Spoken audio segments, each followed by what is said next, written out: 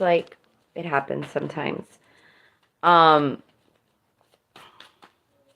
know I am going to start off with the Lilith Moonchild as soon as she comes in, and Mina and Apollo, go ahead and join me here on the new live. We'll get that soon. Thank you. Here we go. Okay, perfect. We're just waiting for Lilith.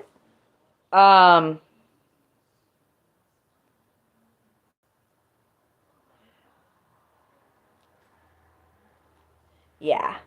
We're waiting for Lilith Moonchild. Just Jay, I hope. Thank you. Welcome back, Chrissy. Welcome back, Empress. Oh, there you are, darling.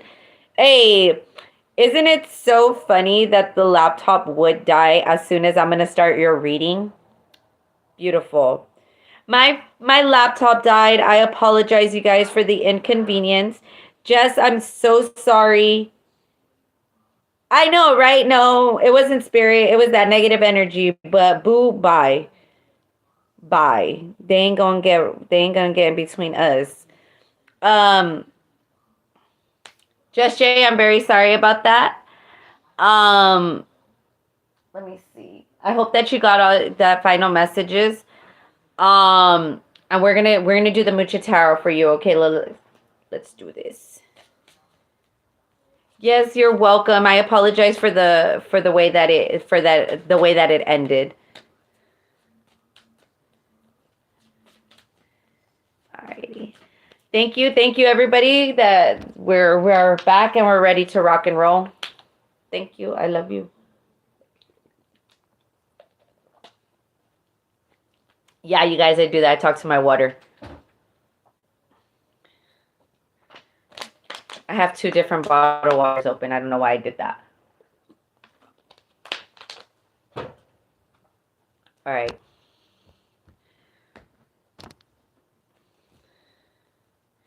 I do talk to my water. I do. I tell it thank you and I love you.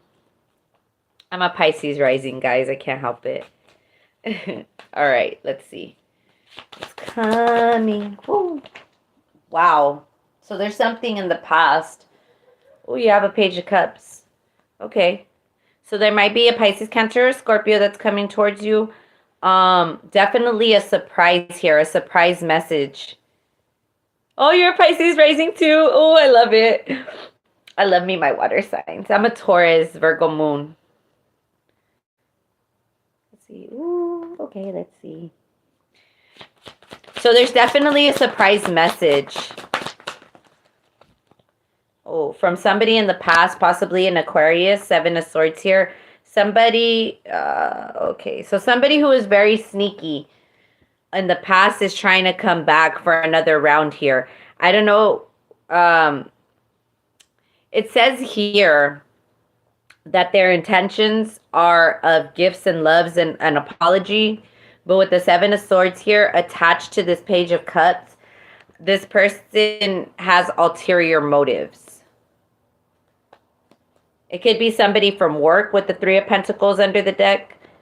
Somebody's trying to get close to you to try to see if they can maybe collaborate with you or try to learn something from you. If you have certain ideas that you're trying to enact, or certain projects that you're trying to start up, try to be as discerning as possible when it comes to these things. Keep it close to your chest, because you really do have people that are trying to steal your ideas or trying to reuse your ideas.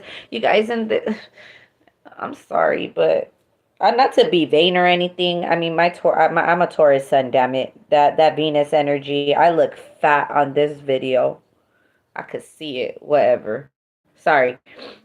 But yeah, so be careful about who you are allowing in your inner circle, who you're allowing to express ideas with. And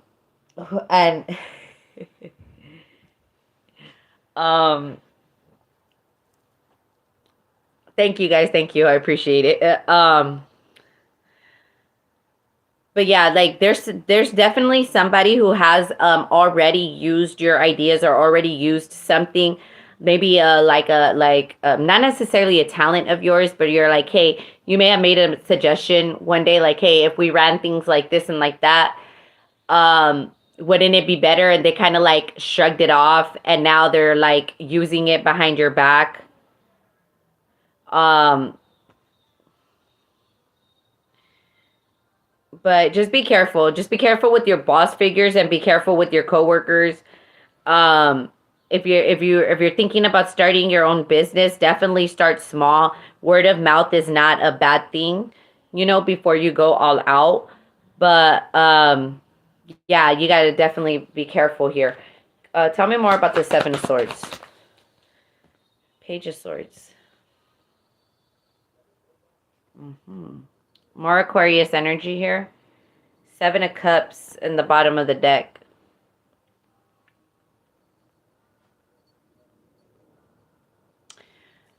Huh. Yeah, there's somebody in the past here. Lilith,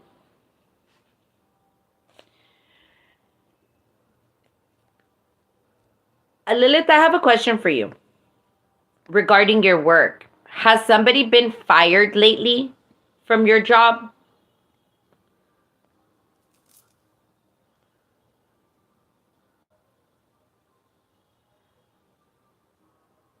You're not working right now?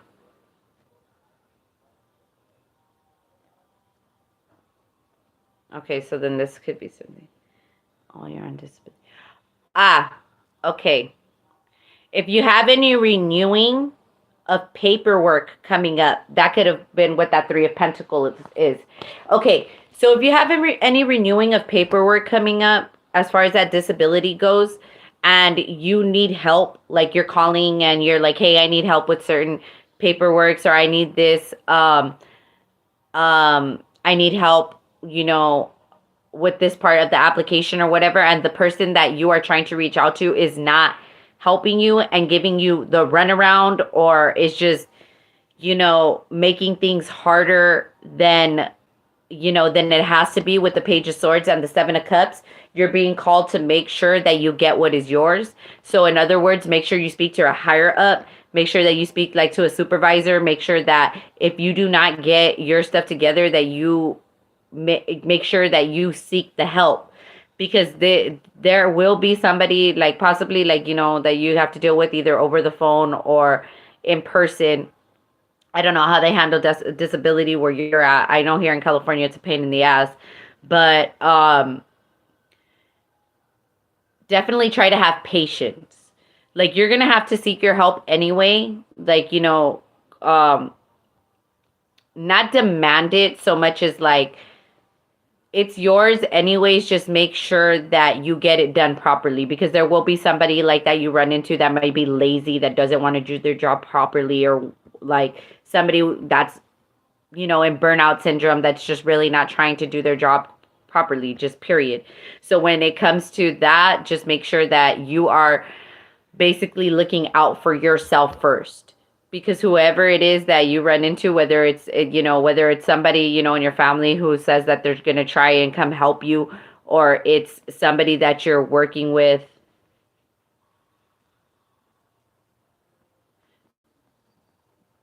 Okay. That you're working with, trying to get, whatever it is, the ball rolling here. No, it's okay.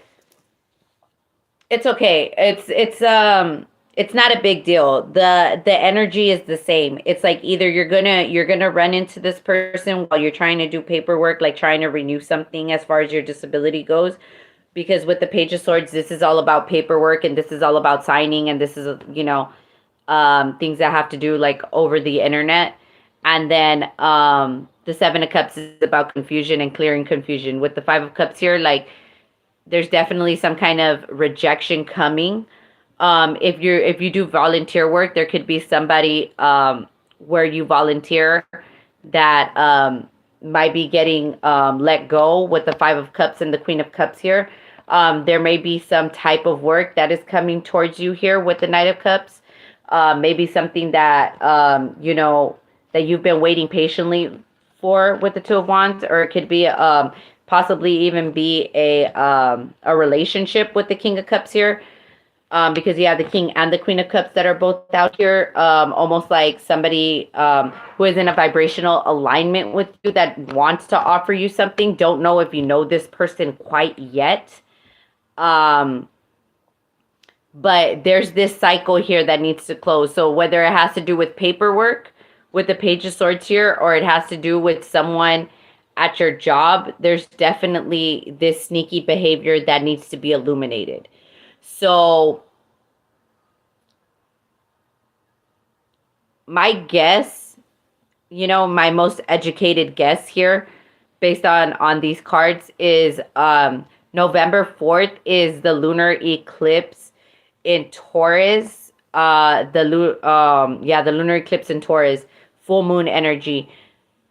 There could be something that happens wherever you're volunteering at, wherever it is that you do social gatherings at. It could be a family commotion as well, but there's definitely going to be like some kind of fight that breaks out over somebody's sneaky behavior here. It feels like work. It doesn't have to be. When it comes to that paperwork, though, when you have to renew your disability, make sure that you're on top of that. Like I said, there will be somebody who is not on top of their toes. It could be somebody that's younger here who just, you know, confused about the way that they need to do their job. Ultimately, you're going to be protected as far as that goes, so don't even worry about it.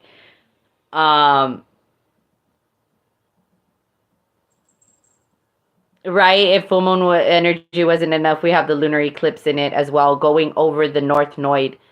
So this is definitely stuff that is going to be affecting your destiny.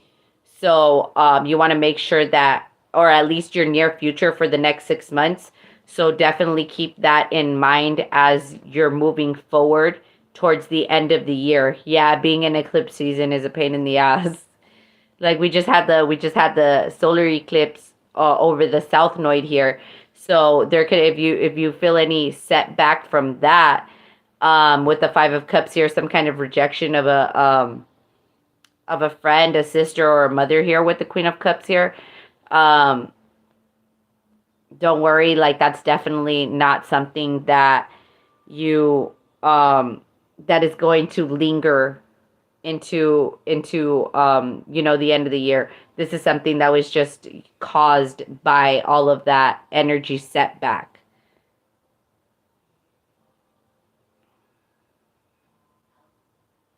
Do you want to channel her? Do you want to see like what she has to say? I could clear this spread up right now and see if she has any messages for you. Yeah, of course. Let's use a different deck. I love mediuming for people on the other side. Let's see.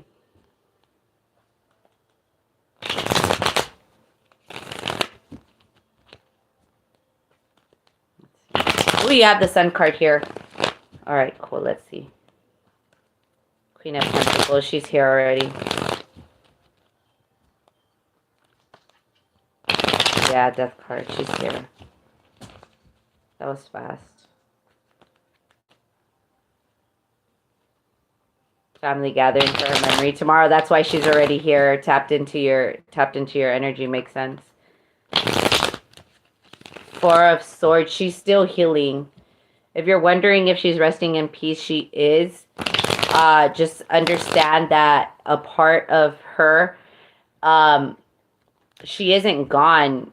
It's transition. She has a better understanding of how to be there for not just you, but multiple people in your family right now, where she can be an angel, a guardian angel to them, a healing energy, if you will.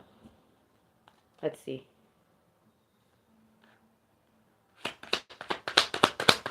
Oh, I'm sorry to hear that. Let's see.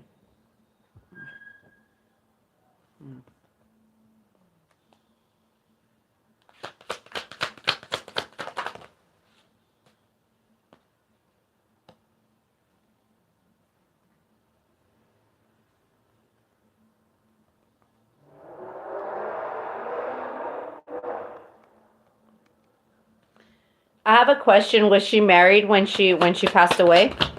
Honey, when do you get your paycheck? I already got it. I already spent it.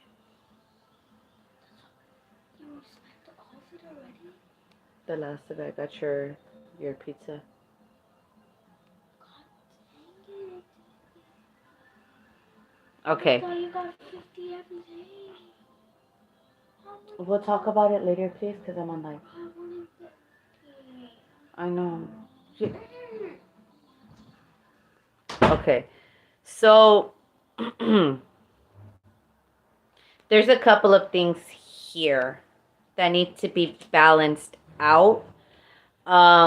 She misses your dad a lot. She misses him ever so much, and your dad misses her too. There's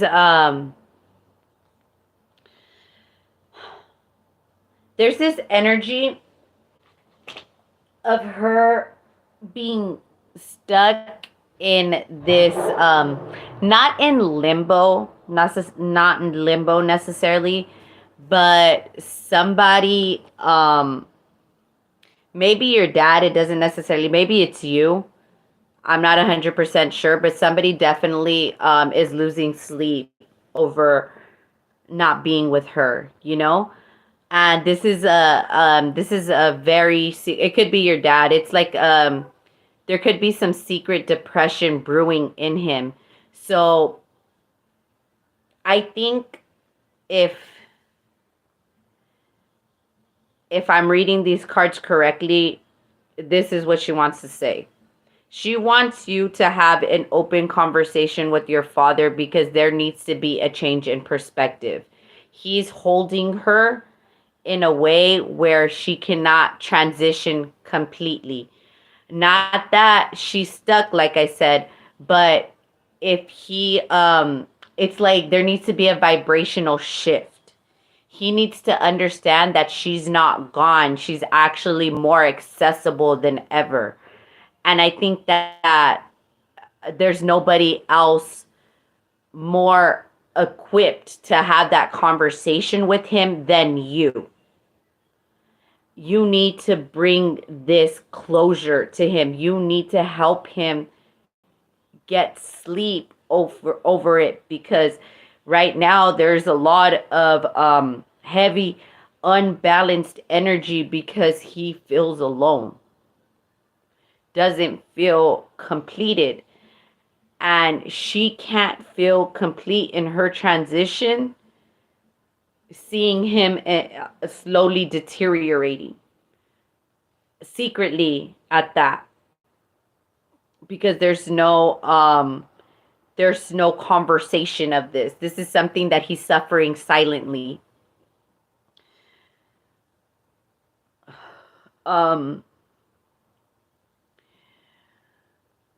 it's she didn't hurt. Like, it didn't hurt when she transitioned. If you guys were wondering, like, it didn't hurt her. She was ready. She was ready to go. She had been preparing for it, mind, body, and soul, for quite some time. She, at least definitely for the last 2 months of her life, she had been secretly already preparing for that transition. The transition that she's still currently going through. She understands that you especially, I want to say, need your dad still here, and she's doing her best to try to tell you what to do to keep him here longer in a more healthy dynamic, because it's worrying her. It's worrying her to a point where she can't do her job as an angel, as a guardian, as, you know, as what it is her new spiritual job is, her angel job. Because when we transition, we just have different duties and different things that we have to do in order to continue to ascend. And if she wants to continue to ascend, which she very much does, she has to somehow relay this message back to your dad that If he needs to go to therapy to talk to somebody about it, if he needs to open up to you more about it, if he needs your energy or your companionship, that it be offered, because he's not ready to transition. He's not. It's not his time yet. And it would be a shame to lose him so early. It could be okay.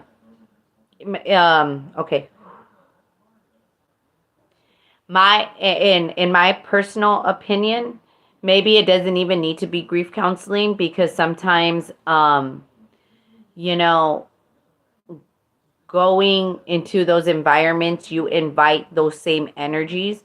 So it could be just a new schedule for him, or a new schedule for you and him to like see each other more often, or you start teaching him, about the metaphysical and meditations, different higher frequencies, that, yeah, literally just hanging out together and finding out more and more about each other, because I think there's something here, like you guys are more alike than you guys even realize.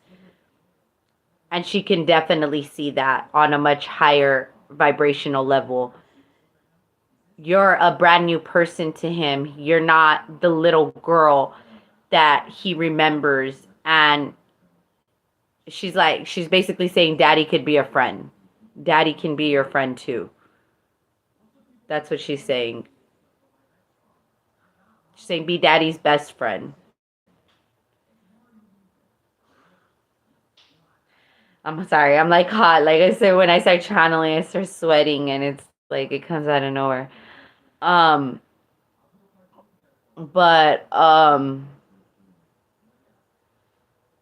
yeah, let me see.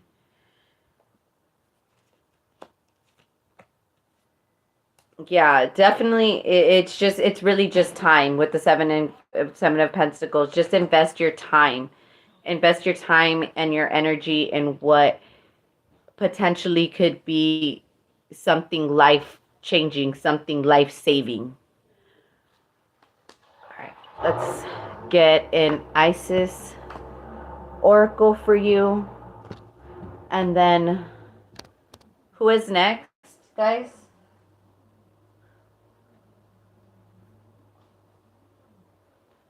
My heart. Oh my goodness. Yeah, you're welcome. You're welcome. Look, it says proper burial for freedom, sacrifice to Osiris, Lord of the Dead. We're going to take that one. All right, Virgo. Go ahead and pick your tarot deck. I wasn't expecting that either, honestly. My heart is like heavy right now. But like that's what I'm here for. Like this is what I'm here for, guys. Really, truly.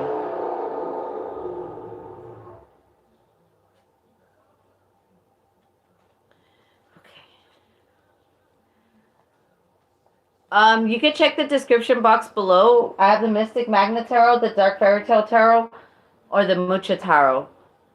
Okay. So we have, of course, this is for you too, okay? We have proper burial for freedom. Sacrifice to Osiris, Lord of the Dead. In order for life to flow and express itself, that which belongs to the world of death must be released. There is nothing to be gained and everything to be lost by trying to hold on to that which no longer serves us, which is better left to die.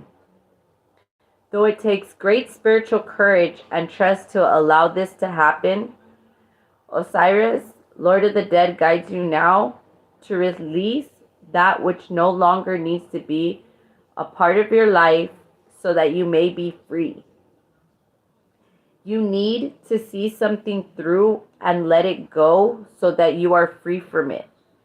You may or may not be fully aware of what this is, but your energy field is somehow haunted by the past or drained by attachments that no longer are necessary for your growth. This could be anything from a past relationship to dreams or visions that may not have encouraged you in past times, but are not relevant for what you are going through now. It might also be the spirit of a lost child or a lost loved one, someone that has passed on or left your life, or the ghost of expectations unmet from past hopes and dreams. There is so much beauty and fullness waiting for you now, beloved initiate. There is no need to further hold on to the past. Do not be scared. You are supported so utterly and completely in this deep healing release now, and all involved will benefit from this healing change. All right. Thank you. Thank you, Lilith Moonchild, for that beautiful reading.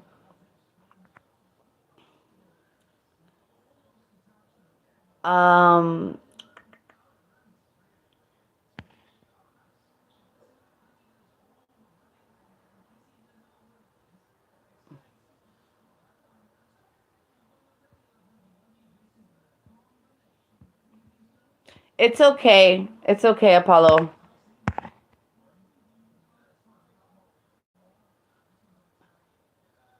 Blessed be.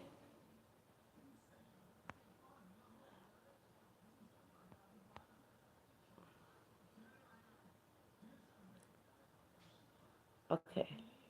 All right. Virgo, so listen here. This is the way I do twin flame readings because I am not 100% a supporter of twin flames. I'm going to tell you right now, right here and right now, if that's your twin flame. Do not argue with me that you have, went to different readers and they all said that this is your twin and blah, blah, blah, blah. I'm going to let you know right here, right now, because I don't care if you come back or not. I know that sounds rude, but it's the only way that I could tell you that what I'm going to say is the truth because, I'm not trying to take your money and I'm not trying to have you addicted to my channel over twin flame bullshit. But I will ever so lovingly tell you whether or not you're dealing with a twin and whether or not it's worth it to deal with this person or not. So, yeah.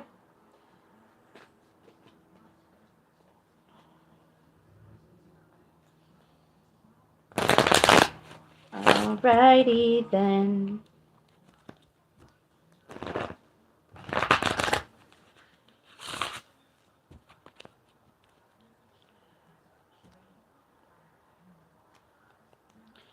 Lilith Moonchild, she is very much with you.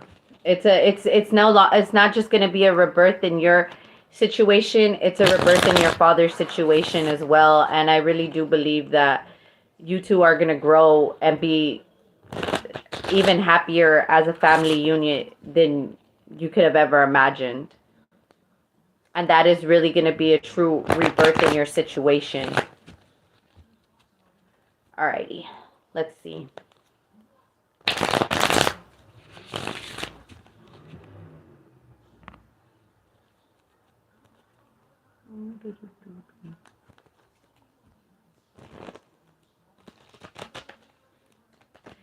My grandma, she's a Cancer.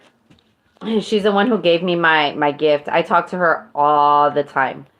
All the time. And she always lets me know that she's here too. I used to cry when that Stevie Wonder song came on. The I just called to say I love you. That's my grandma calling me. That was her ringtone back in the day when she was alive. Back when ringtones was the shit, So every time I hear that song, I'll be like, oh, my grandma's calling me. My grandma's calling me. It's okay, Amarine. It's fine. No, they never leave us. They just transition. It's so Stacy never showed up, you guys. So it's okay to put Amarine as the last Oh, we already had one more, huh? Amarine, just stick around. If anybody from the last list doesn't pop up, you can, more than freely, get added on, but you have to stick around to see if somebody doesn't pop in, okay? Alrighty, Virgo, let's do this.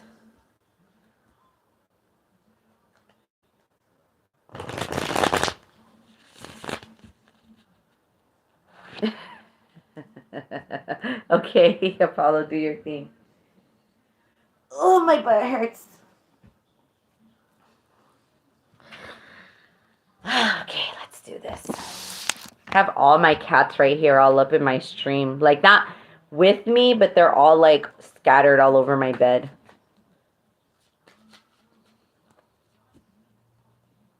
And the dog. Okay, Apollo. Virgo, where are you?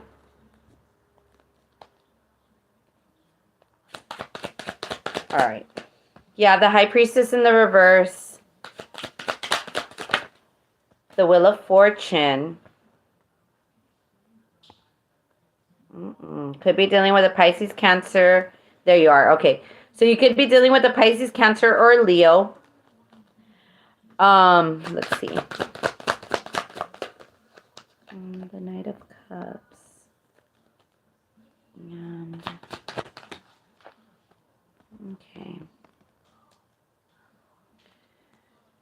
Judgment, Ace of Cups, Two of Cups. Okay. Pass the duchy to the right hand side. Listen.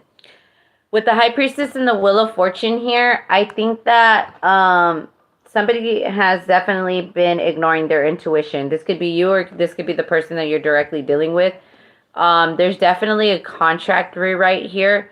I feel like during Scorpio season, during November, your person, there could be a third-party situation. I'm letting you know right now. This person could be dealing with you, and there also could be possibly a Leo that your person is entertaining as well. I think that you just might find this out, like tangible proof of it during November if you didn't know this already. But something tells me with the High Priestess here in the reverse, like, yeah, you knew. You had a feeling. You had a feeling that this person was possibly dealing with the Leo. You used to deal with the Leo? Okay, so then look. Yeah, like maybe he does too. I think yes. I think so. If this is your twin, your quote unquote twin, this person is gonna be mirroring a lot of the same similar lessons as you. So you could have been dealing with the Leo, so now this person is dealing with the Leo, and they're dealing with this Leo because there is, with the Wheel of Fortune here, a soul contract that needs to be fulfilled. Now, with the Judgment card and the Ace of Cups here, this is your decision and your final decision whether you want to wait for this relationship or not.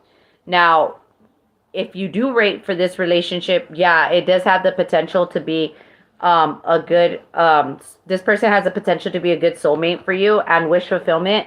But do you want to wait with the Justice card here?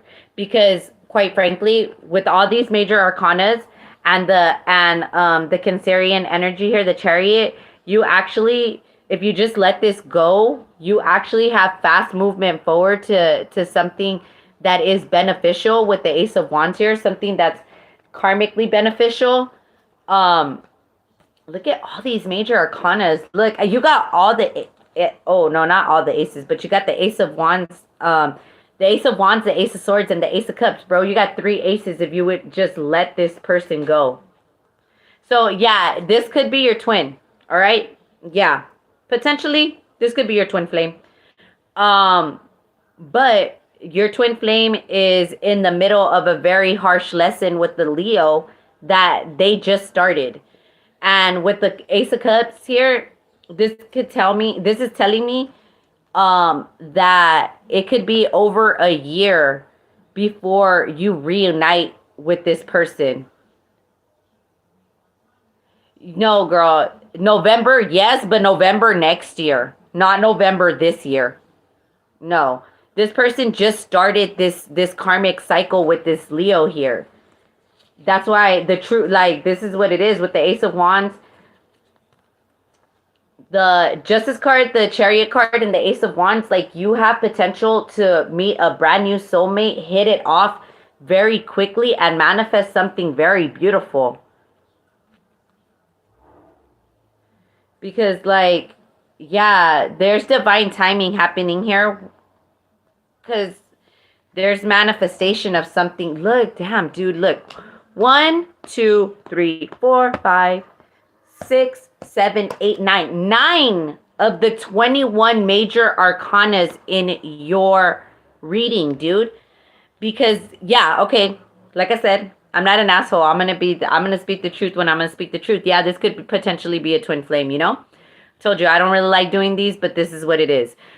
This person's definitely mirroring a karmic lesson that took you years to get over, possibly with the Leo. Like, and the thing is that with the 9 major arcanas here, this is definitely a breaking point in your life.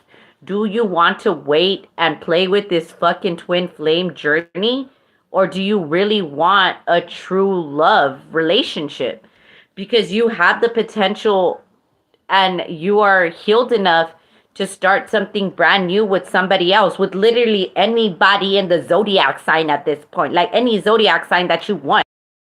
You have Sagittarius, Scorpio, Virgo, Gemini, Leo, Pisces, Cancer, Libra.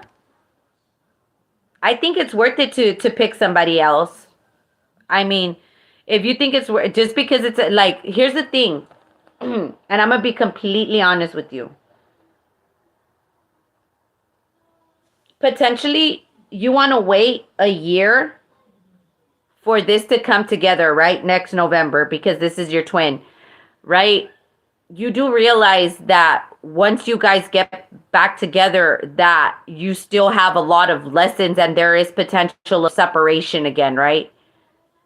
I just want to point that out, because there's no guarantee that you guys are going to come together in a year. It just means that that karmic lesson will be done in a year. And for all you know, he may need a whole year to heal from that. Because how long did it take for you to heal from your Leo? Or are you still healing from him? You know? Like, it's not easy. And everybody takes different times to heal. Assuming that he heals himself right after the relationship. For all you know, it could make him go crazy and low vibrational and go jump into a brand new relationship with somebody even more low vibrational, because it's easier to entertain a karmic than it is a divine feminine. It just is what it is. He would have to continue to work on his spiritual advancement. And if he doesn't want to do that, then why are you going to wait for him? It just don't make sense to me. Because you have the potential to meet somebody who's going to sweep you off your feet. With the Ace of Wands, the Chariot card, and the Justice card again, like, you have the potential to meet somebody who will fall in love with you so quickly that they'll offer marriage to you. But you want to wait a year for the twin flame to be done with the karmic relationship to see if just maybe, it will come together.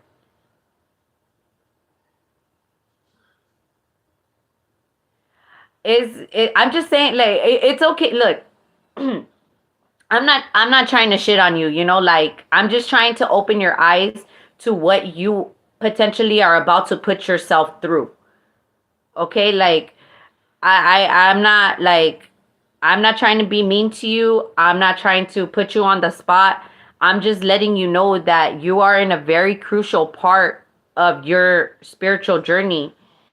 And I want, like, you came here and you want me to advise you. I want to advise you to your best, to my best ability of what is potentially good for you, because I don't want to give you advice and then you suffer for it. You get me? Like, that's not what I'm here for. I'm here to make sure that I potentially guide you in the best direction that you will see yourself happy. that you are happy. Your happiness is my priority.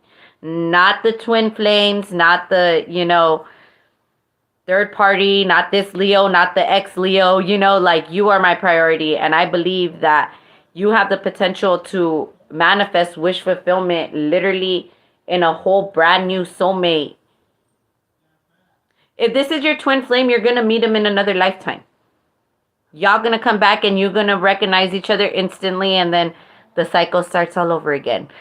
Like you have a couple of more lifetimes of reincarnating to catch his ass, like, but why make yourself miserable in this lifetime to do it?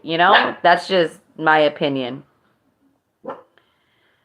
Like, and I could tell you like that because my twin, my real twin, he's passed on. He transitioned. He is no longer here with us. So when I transitioned, I got that whole next ascension phase to chase his ass too, right? It doesn't necessarily, I don't feel like it necessarily has to be this lifetime for you guys to come together. It doesn't have to be, like, you could still love this person at a distance and still have nothing but love for them and wish them the best. I think that, yeah, this the Leo in the past, you're that person, he's definitely gonna hurt. His ass is gonna hurt for losing you forever. I'm gonna let you know right now, because that's right here in the cards too, that his ass is literally gonna hurt for losing you, especially potentially when you get married, because I do see marriage in the cards for you, especially if you let go of this twin flame. Like,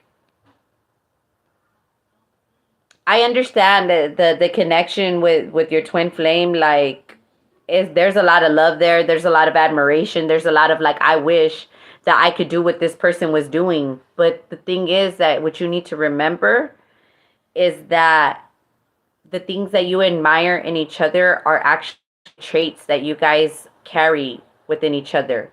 So if you would take that love, transmute it into loving yourself, because potentially you have everything that you admire in this person, then you would actually find yourself in a higher vibration where you can actually pursue this brand new relationship with the Ace of Wands, the Chariot card and the Justice card, that will actually bring you into your actual good karma, your good happiness, what was really truly meant for you.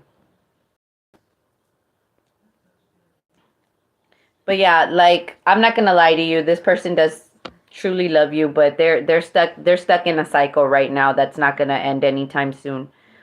And you are healing in such a rapid pace that your guides are like, why hurt yourself more when we have potentially what will make you happy, what you've been wishing for, with the Magician card, the Temperance card, and the Truth.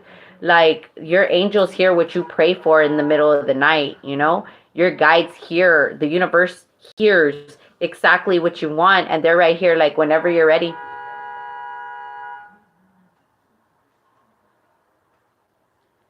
Yeah, this person that I feel like this person that's coming in towards you, because this person, not your twin, the new person that's coming in with the Nine of Cups and the Two of Cups, it's a past life, soulmate too.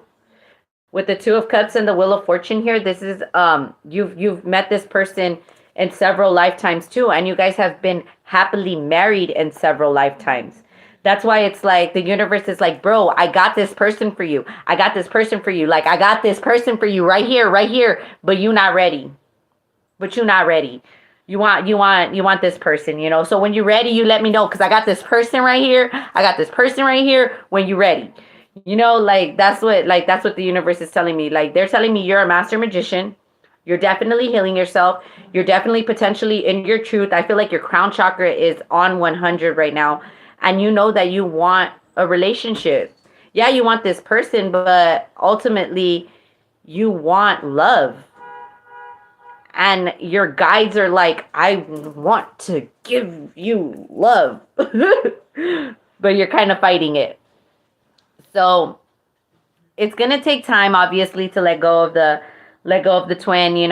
Cord cutting meditations. I definitely suggest um, forgive yourself.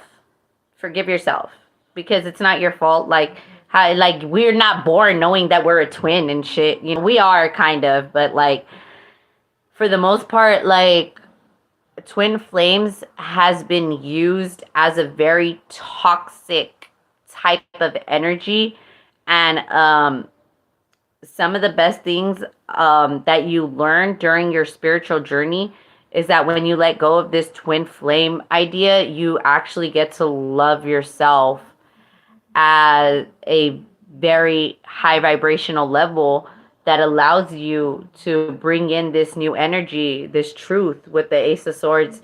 Look, these brand new gifts from the universe, because the aces, all aces are gifts from the universe. That's why the hand of God comes and brings in the truth. That's why the hand of God brings in the passion, the new beginning, the new relationship, because they want to see you win. So if you can see yourself winning, visualize that win, then you could let go of this idea that, yeah, I have to be with my twin flame in order to never reincarnate again.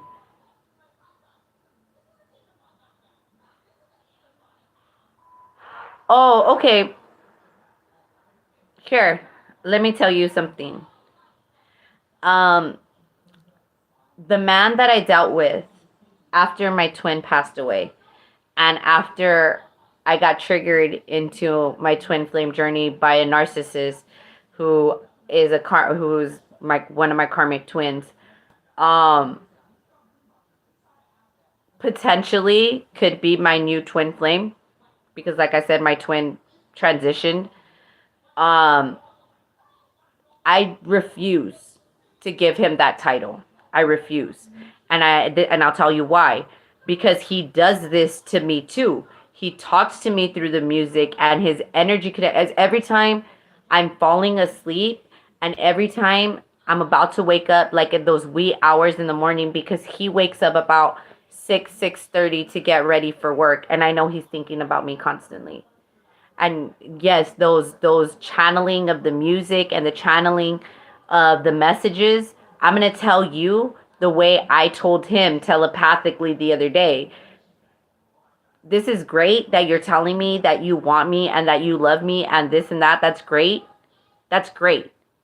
But until your ass can text me, call me, or potentially put your face in my face, I don't give a fuck. You have to take your power back, baby. You have to take your power back. It doesn't matter how fucking strong these magicians are, because whether they're your twin or not, these motherfuckers could do it, because you will eventually meet a twin flame that could do that. I'm not a twin flame, another soulmate that could do the same thing, you know? But you need to take your power back. Be like, oh well, oh well. Oh well, I don't care if you're as spiritually as powerful as me. I'm more powerful because I can control myself. I'm not sending you my energy in your dreams. I'm not sending you mixed signals and whatever. Like, you know my answer and you know where I'm at. If you need me, you will find me. If you want me, you will find me. Like ain't nothing changed but the day and the weather. Ain't nothing changed but the day and the weather. So, like, if your phone number is still the same and your address is still the same, baby, like, he knows where to find you. You ignore that shit. Ignore it. Like, it hurts. Yes. Yes. I could tell you, just because from similar experiences. But I'm not going to be, I'm not going to be the one that's going to be dragged along and stringed along over telepathic messages. Just as bad as I wouldn't be strung along by text messages of somebody saying that they wanted to see me and never showing up. You have to think about it in the exact same way. All right. So that's what I have for you. You said you wanted the Isis Oracle, right?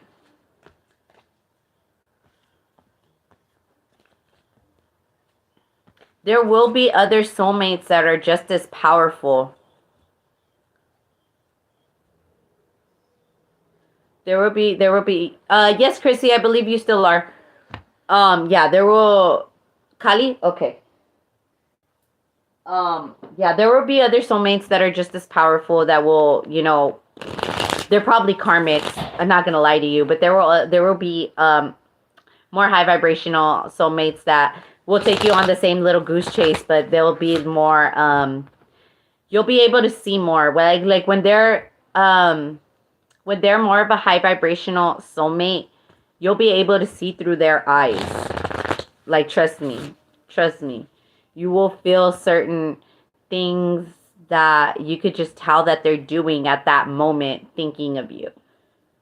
You know, like, it's hard to explain, but if you've already started to experience those little things with your twin flame, like once you get to a soulmate that is of a high vibrational nature, just like you are, and you'll be able to see through each other's eyes, you're gonna be like, oh fuck, why did I ever play with that twin flame shit? Trust. Okay.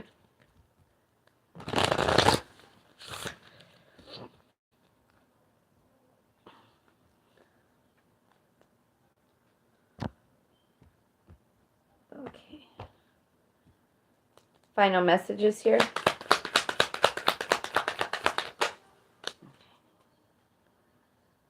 All right, Empress 555, are you here?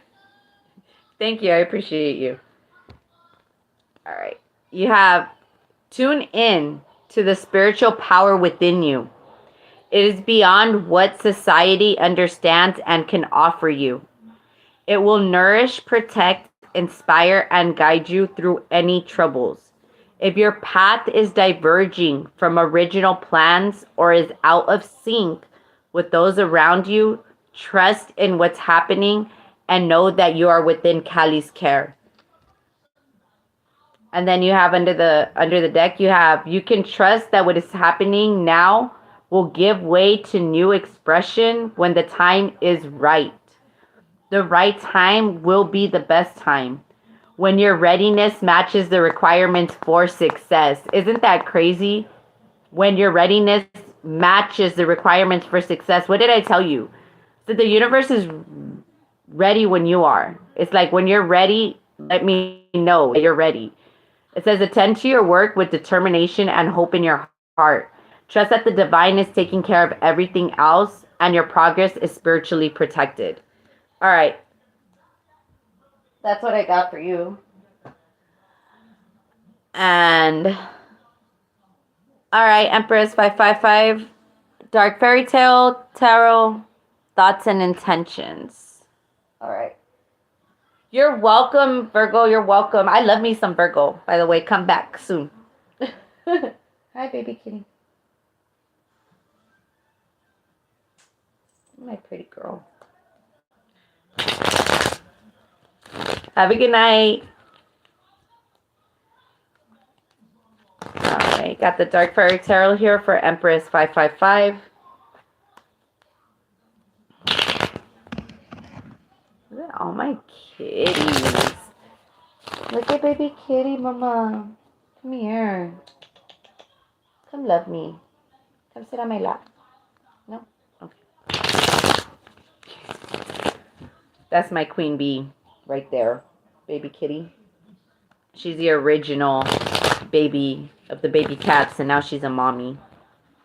She's a grandmama now, but, you know, she's a mommy. Recently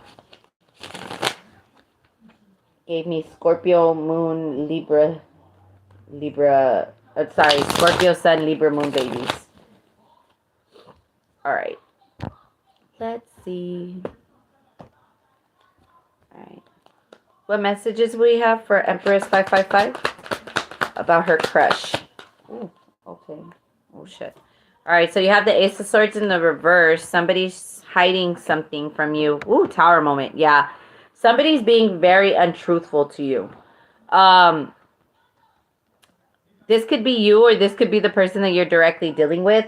There's a Tower coming soon. Not everything is as it seems, or there is something that's very much hidden from you that could cause potentially a lot of hurt and heartbreak here.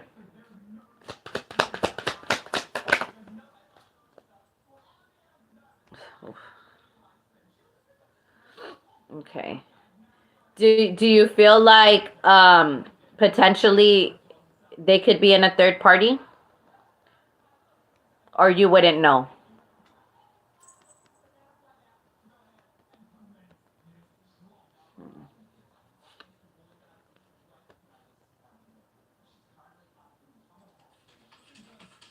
Oh, hold on.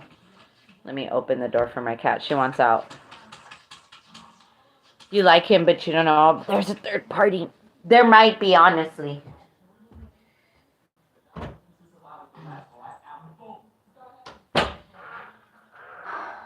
Potentially, there might be a marriage as well with the Six of Wands, because the Six of Wands is a marriage. Yeah, you have double sixes here. Maybe when you first met them, they could have been in the process of getting a divorce here, or they were potentially in a separation. So there could have been hope of not necessarily reconciliation so much as like there could have been hope of something. Oh, you're and he just disappeared. He's in love with somebody else. That's what it is. With the Knight of Cups and the Ten of Pentacles, that's why he didn't agree to it. Go, go, go. Oh, sorry. Come in, Juniper. Come in. Sorry, my bigger cats are coming in, and going out, and my smaller cats are coming in. Okay, so yeah. So if the mother asked,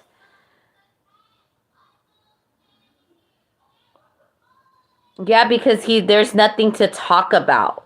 There's nothing to talk about. Look, it's like this.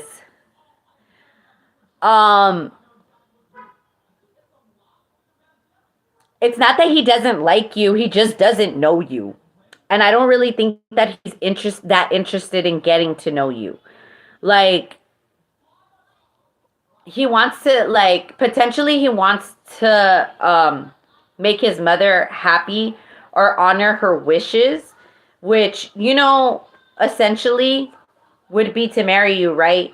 But with the Six of Cups and the Seven of Cups, like, this person is in love with like a childhood sweetheart here. With the Seven of Cups and the Six of Cups, they're not going to admit this to you, obviously, especially if they're still agreed to marry you at some point.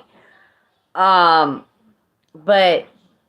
their heart is with this childhood sweetheart here. And now, don't get me wrong, I don't necessarily think this person is a bad guy, because I don't really feel that. I just feel like potentially they see that you two can be a family unit. No, I'm not taking no more. I'm not taking any more free questions until next week. More coffee, I know. No, I'm going to drink water. I'm going to drink water because then I'll stay up all night. You need more coffee maybe if you want. Yeah. I feel like they really feel bad about the whole situation. I think that if they could, they want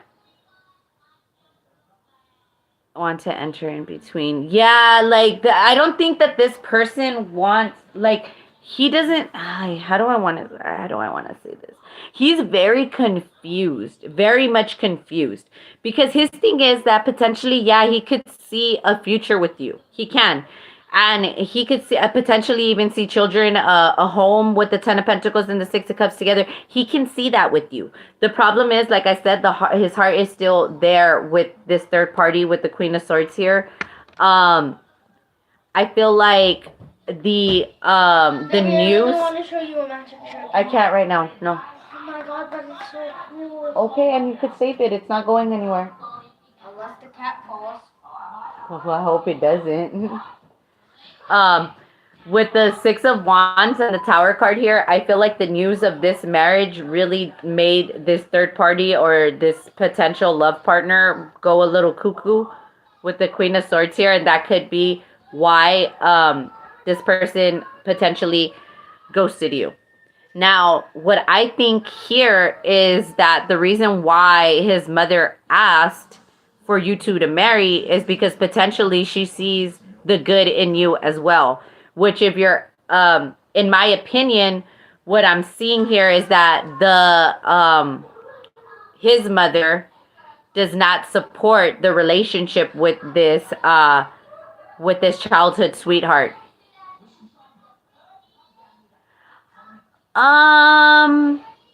Potentially, I don't think he's going to marry you unless this third party is completely out of the picture. So that's up to you if you want to believe that he will not be 100% honest. Right now, he's basically trying to take care of this third party situation. Not for you, obviously, because there's no love here quite yet. What he's doing is he's trying to get rid of this potential hazard to the marriage because he wants to honor his mother. I hope that makes sense. But even if he's known you from childhood, you're not this 6 of Cups soulmate that's coming out. You're this 10 of Pentacles here. Yeah, so I think that there's a relationship here that's happening behind your back that the mother does not support of. So and I think that, to be honest, with the Queen of Swords here, I don't think this third party is a very good person. They're just not. And potentially this is why your future mother-in-law is kind of like what I'm feeling here. I feel like this marriage does have the potential to still happen. I actually do low-key see home and children for you in the future. But for right now, he's dealing with this detachment from the third party. So I feel like if I could give you a time frame, let me see.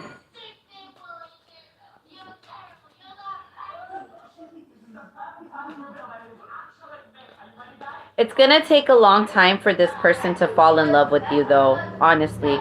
But I do feel like there will be like a friendship and a mutual respect, and then eventually there will be love. I do see that there. It's just right now that his attention is somewhere else because he knows that this third party has the potential to really ruin things around. He doesn't like. I don't know necessarily if he loves her so much as he's like his heart feels obligated to her. But she's not a very good person. Like she doesn't feel true love for him. And he feels love almost like if he was already married to her. So chances are this is definitely a past life soulmate that he had shared marriage with in past lifetimes. Not in this lifetime, but in past lifetimes. And that would explain why he feels so heavily obligated to this third party. Nevertheless, I do see potential of this ending and a marriage being very successful between you two. You're good, Mina. We appreciate you staying regardless of the internet acting up. Thank you. Yeah, I don't think that he's not gonna commit to you completely until this third party is completely out of the picture. So if you're wondering if there is a potential for this marriage to still happen, yes. Can it be successful? Yes. Will there be children? Yes. Is it gonna happen right away? Probably not. You need to let him do what he's doing. Meanwhile, just concentrate on yourself. Continue to work on yourself. Work on your finances. Work on your spirituality. Work on your beauty. Take on some new beauty regimens if you need to. Dye your hair.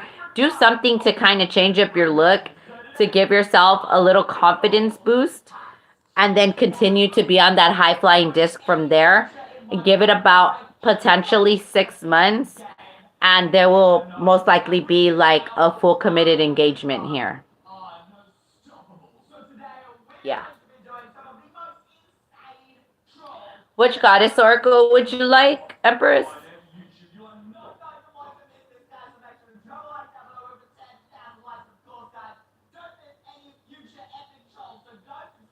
I don't, to be honest, I don't see a reason to move on. I don't see a reason to move on. I think potentially that this does have um potential to grow into exactly what you want it to be. Like I said, with the with the 10 of Pentacles and the 6 of Cups here, like there is potential to have a successful running household together, even with children, even if it does take time to fall in love. Like, you know, I was like, I'm here in the United States, so like, arranged marriages are not very common out here, but I know a lot of people that are very happy in their arranged marriages, where they learned to love each other and they learned to respect each other, and eventually that friendship and that respect grew into something more. And I do see that potentially happening for you guys if you wait, because this person that he's dealing with from the past, this past life soulmate, is really cutthroat and really possibly even a little mean. So he could have possibly been degraded by this person. Could have like this. She could be like low-key like a covert narcissist here, like really sharp with her words, like questioning his masculinity and stuff like that. So there's going to be healing around that he needs to go through before he could potentially offer you anything solid. All right. Let's do Quan, because I feel like she's more empathetic about arranged marriages like this.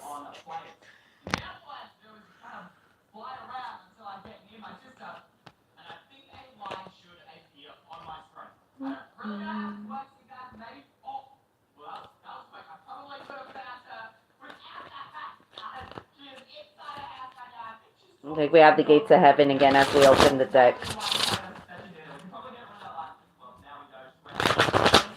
Daughter of the Phoenix. Just quick little fun fact. Your future mother-in-law, the one that asked for you to be married, she recognizes you from another lifetime as well, where you were her daughter. Not her daughter-in-law, but her daughter. So look, the Sisters of Light. So she recognizes your soul on a deeper level. So that's why I'm saying, if you continue to work on yourself and you make yourself more confident, you allow yourself to be more attractive, just work on yourself and work on that glow up. This person is definitely going to be more and more drawn to you. It's like when they agree to marry you, it's not because he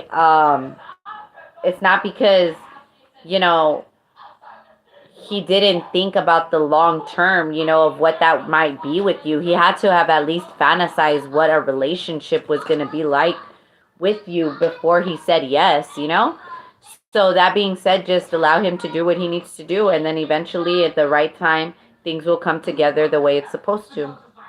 But at the same time, you don't want to come together into union with this person and they're stuck on a third party, because you don't want to be part of a relationship where you're being cheated on, or like, while he's still trying to figure shit out. Let him go figure it out and then, come to you with something solid.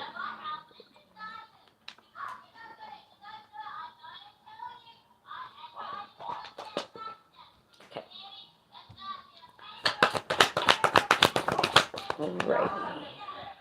We have the Daughter of the Phoenix. Perfect. And it's number 6, the number of love.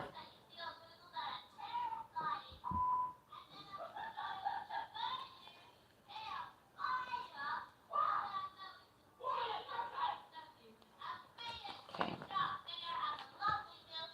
Yeah, the Daughter of the Phoenix. When the soul is ready to spread its wings, it goes through a deep cleansing purification, and preparation for new levels of spiritual wisdom, power, and light. Just like the phoenix that is baptized through celestial fire to be born anew, you're going through such a phase of heavenly purification, preparation, and initiation. This is an advanced phase of soul growth, and soon after, you will enjoy greater spiritual peace, divine power, and advancement on your divine life path. Quan, daughter of the phoenix, has been through fire, both physical and heavenly, and has ascended into a position of great spiritual peace, power, and authority. She guides you now to claim your rebirth and ascend. There you go. So basically that preparation is for I feel like officially for this marriage, because it doesn't seem like anything else is coming towards you except for what you've been dreaming for. So definitely prepare for that. Let's see, and I'm glad you claim it too. All right, Vincent. Okay, can you go ahead and pick a tarot deck for me?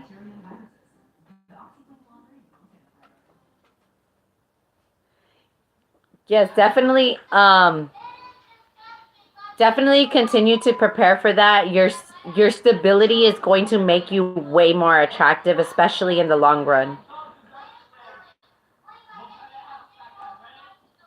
Vincent wants a general message. I just need a tarot deck from you to start your messages. The Mucha Tarot, the Dark Fairytale Tarot, or the Mystic Magna Tarot.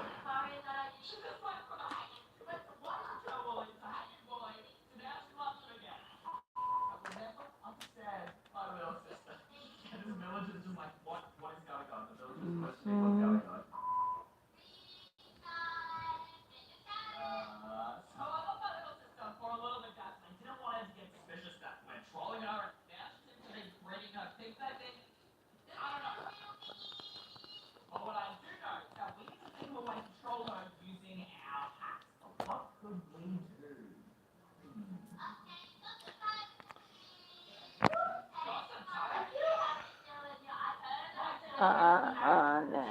Vincent, I need you to choose your tarot deck, please, so that we won't be here awkwardly. And then Debbie starts singing and feeling weird.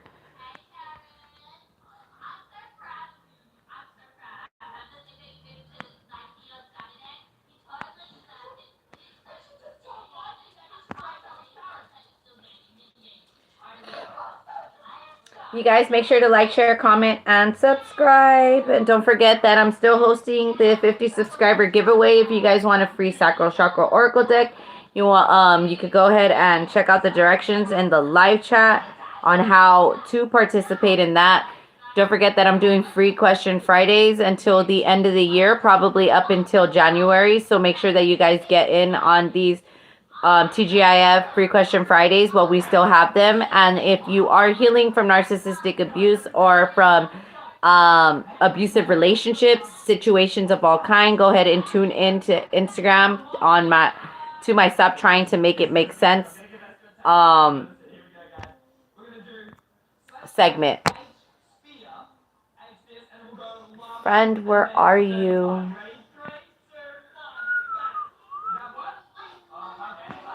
Apollo or Mina, can you at Vincent again real quick? See if he is still here.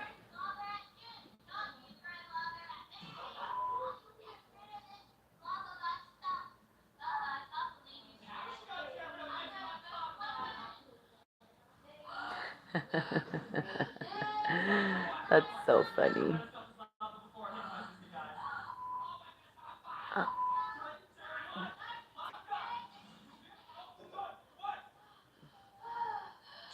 Yeah, yes, I got your question, hun.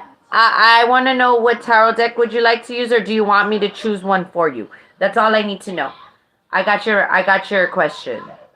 I know it's general messages, but just what I have the Dark Fairytale, I have the Mucha Tarot, or I have the Mystic Magna Tarot.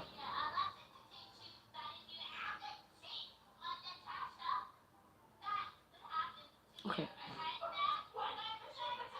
All right. I'm just going to choose for you.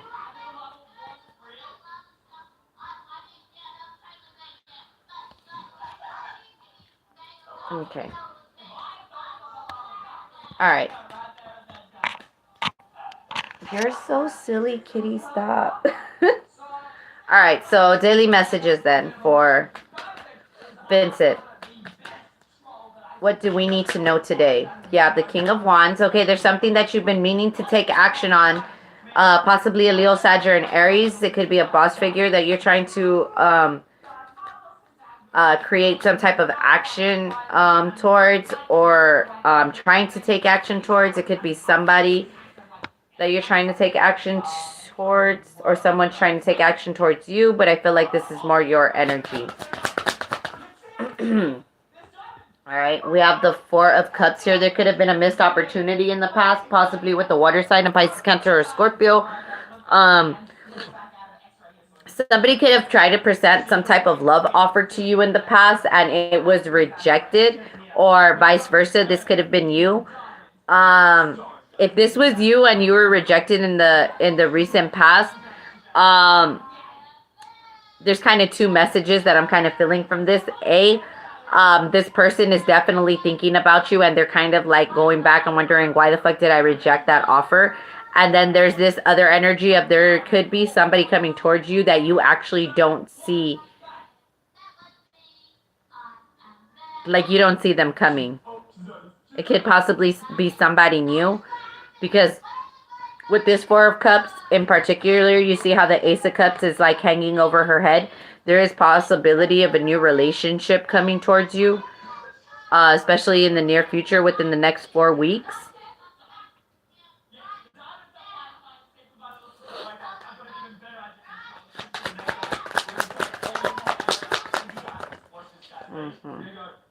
Whoa.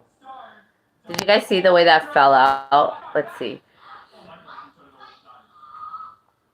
Okay, you have the Nine of Cups and the Chariot card. You could have been dealing with somebody in the past, possibly a Cancerian here, a Pisces, or a Scorpio here, who you thought was your wish fulfillment, but this person ended up being somebody who overindulged quite a bit. They could have been an alcoholic, or they could have been into drugs of some sort.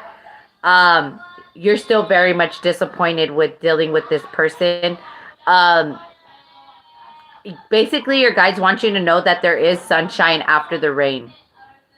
Okay, there's definitely good luck coming towards you. Especially within the next 6 to 9 months. Could have been dealing with somebody who was born in 1997 here. Or you could have been dealing with somebody who was 4 years younger than you. But you definitely saw victory with this person. You thought that there was going to be long term, or you thought that this was going to end up in happily ever after. But as quickly as this came together, it fell apart. And it's okay that you're still healing from it. Yeah, with the Justice card here, it could have been and the Seven of Swords. You could have possibly been dealing with somebody in the past who was married with the Seven of Swords and the Justice card here. You could have possibly lost sleep over this person with the Nine of Swords. With the Star card, the Five of Swords, and the Ace of Swords, you're healing from self-sabotaging energies. You're healing from sleepless nights, and you're healing from people who just did not tell you the truth. And with the Five of Swords and the Ace of Swords here, that's the Six of Swords here. Like, you have higher guidance on that you're moving out of choppy waters into something more stable. There could have been an Aquarius or a Gemini that you tried to entertain in the past that also kind of gave you this self-sabotaging energy. Um, you dealt with a lot of people that just couldn't fulfill your needs, or maybe you couldn't fulfill their needs because they were not healed enough to offer a full-blown commitment, or they weren't in the same vibration to offer the commitment that you were trying to give. Um, so unfortunately, um, you suffered a lot of heartbreak, and it took a long time for you to understand that these projections of these people that weren't ready to be taken care of, or these people that weren't ready to be a part of your world, has everything to do with them and nothing to do with you. With the Temperance card here and the Wheel of Fortune, you could be dealing with the Leo or Sag. But there's definitely something coming towards you that is happier. You just need patience. I feel like, yeah, that definitely could be a fire sign. It does not have to be. It could be a Libra or an Aquarius here. Sagittarius or a Leo. But there is wish fulfillment coming towards you. You have healed to a very substantial manner where you can actually speak your truth ahead of time. Like, you're no longer going to be taken advantage of, and you're not going to be too deep into a relationship or too deep into a situation that you don't allow yourself to heal from it, or you don't allow yourself to spot self-sabotaging behavior and remove yourself accordingly as it comes. Because I feel like there's been too many people that you've dealt with that had sneaky behavior. Maybe they were only around for finances. Maybe they were only around for the resources that you provided. And now you're ready to take action towards people that are as healed as you, who are in similar vibrations as you, that could bring you wish fulfillment, victory, good karma. Because But first, you have to be completely confident with the Temperance card here and the Wheel of Fortune that you are angelically protected, and everything that's coming towards you is of a higher vibration. You're no longer stuck and stagnant dealing with people that only want to take advantage of you. Like, that's in the past now. It's time to move forward and deal with people that are of higher stature and of higher vibration. Okay. Yeah, that's what I have for you. Can you go ahead and did he pick an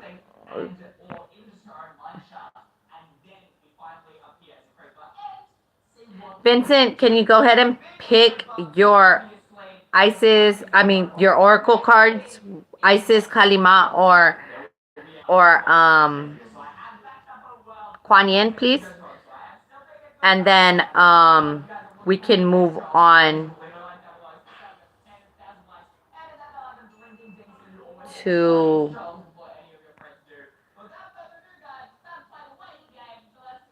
Chrissy, if you're here. I know that she tapped in earlier.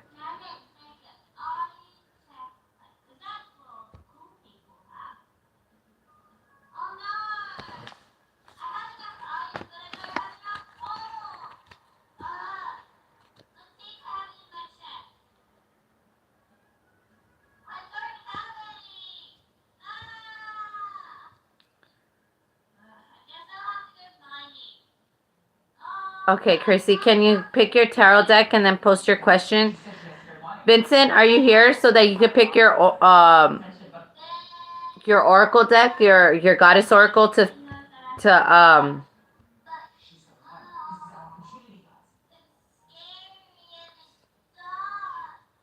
Chrissy, Rashima, Apollo, at Jules too, at Jules, at Vincent, and then yeah, Mina said that her internet's acting up, that's why she's not here.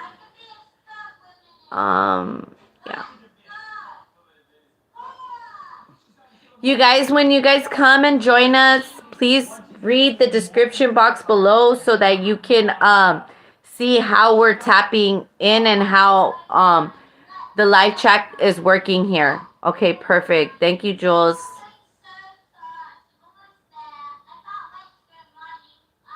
I can pick? Okay, cool. Oh, which one do I want?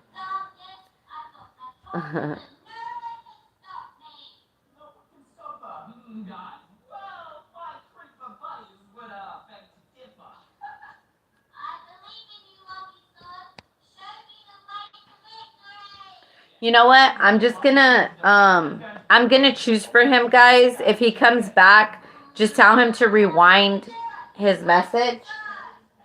I will do a Kalima one just to make it quick. And then I will go ahead and start with Chrissy.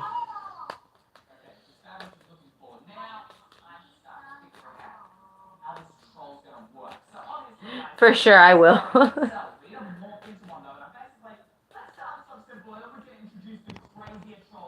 Final messages for Vincent for his daily messages.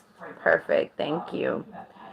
You have when a situation becomes unnecessarily complicated as a protective barrier of universal truth.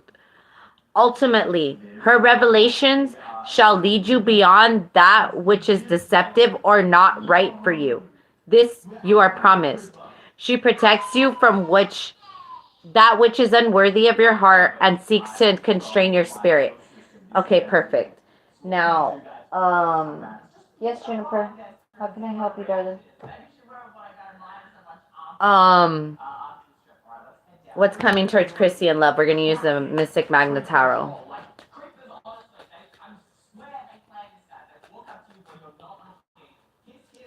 What's coming toward Chrissy in love? Oh, you have the Temperance card. Beautiful. You could be dealing with a Sagittarius. A lot of angelic healing, divine timing, patience. Yeah, patience.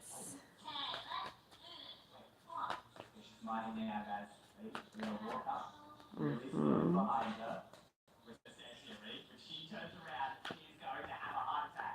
Ooh, and the Two of Cups. Be patient that a soulmate is looking for you. You are sending an energetic vibration, Chrissy, that your soulmate is very much in tune to. Your guides, your angels, the gods and goddesses that you pray to, God himself, whoever it is that you are looking for or looking to for guidance, is telling you that there is something coming towards you. Someone coming towards you. Most likely a Sagittarius or a Cancer.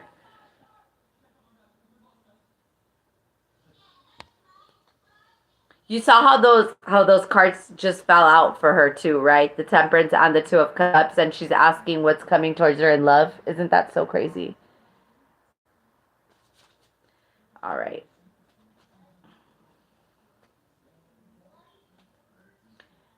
I know. Where's my Mina? Yeah, the King of Wands. Okay, yeah, definitely a Leo, Sagittarius, and Aries coming towards you. Give yourself patience. You're definitely still healing. Somebody definitely is thinking about taking action towards you. Like I said, I don't think you know this person quite yet. This is definitely somebody who you haven't met yet. This is somebody in future tense, but this is definitely somebody also that it comes with a lot of love. This person is of a vibrational match with you, meaning that this person is looking for the exact same things you are looking for. So don't be surprised when you guys are having these conversations with the Two of Cups and you guys are finishing each other's sentences. Because I feel like that's a kind of relationship that you are, that you're attracting. Libra, I really do feel like it's a Leo then that could be coming towards you. Leos and Libras love each other anyways. Libras are so understanding of Leos. Okay. Yeah, you have an Ace of Cups here. Yeah. Perfect. King of Wands and the Ace of Cups here. Yeah, there's definitely a new relationship coming towards you. But like I said, you have to be patient with yourself. There could be some energies from past relationships, some baggage. Yeah, with the Six of Swords that you're still holding on to. You have higher guidance to leave all baggage from past relationships in the past.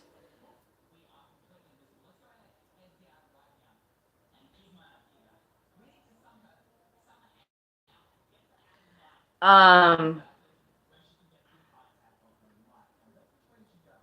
yeah, look, listen. With the Page of Cups, the Seven of Swords, and the Devil card, you're still healing from past relationships. There is a lot of sneaky behavior from somebody in your past. It could have been a Capricorn. It does not have to be, but they were still very much fully obsessed with you. Um, yeah, that's fine. Apollo, go ahead and add Serenity of the Soul. It's fine. It's fine. We'll do one more. Um, it was a Sagittarius from a past. Yeah. This person is still very much obsessed with you. And they gave you a run for your money, to say the very least. Like I said, this sneaky behavior definitely has put you in a position where you need to heal.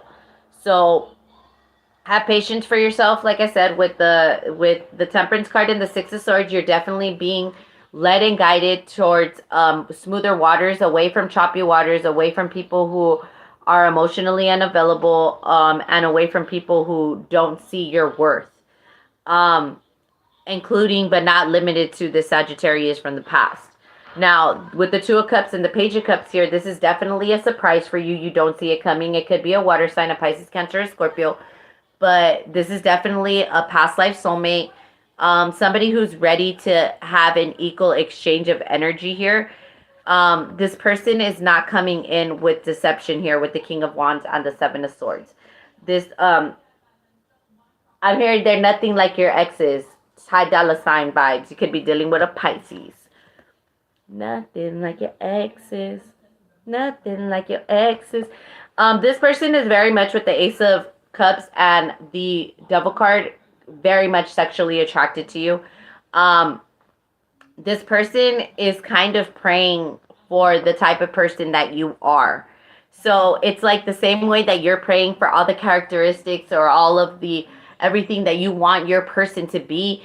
This person is doing the same, and somehow, some way, you guys are meeting each other's criteria. So with the Ace of Pentacles here, don't be so quick to walk away. You could be dealing with an Aquarius, but allow yourself to get to know this person. With the Ace of Pentacles here, it could be a Taurus, Virgo, or Capricorn, but it's definitely a gift from the universe that is a solid offer. Give it Capricorn season is actually right around the corners. This person's gonna help you get over your ex. Trust me. I'm gonna tell you what my Gemini ex told me after I broke up with my baby daddy. My ex, he told me, he's so funny because he's not even the type like that, but he told me, and I stand by this. It's like, in order to get over somebody, you gotta get under somebody else. You know? So, that being said, definitely keep yourself open-minded to receive. With the Ace of Pentacles, like I said, you're definitely getting a solid relationship, a solid offer from somebody, definitely, possibly around Capricorn season. I know. All my exes gave me very, like, I be on that Ariana Grande shit, for real. I'll be like, I'm so fucking grateful for my ex. Like, they taught me so much shit, so much nonsense, honestly. But you know what? Like, I've learned to transmit and transmute that energy to help others, because not everything that they said was bullshit. You get me?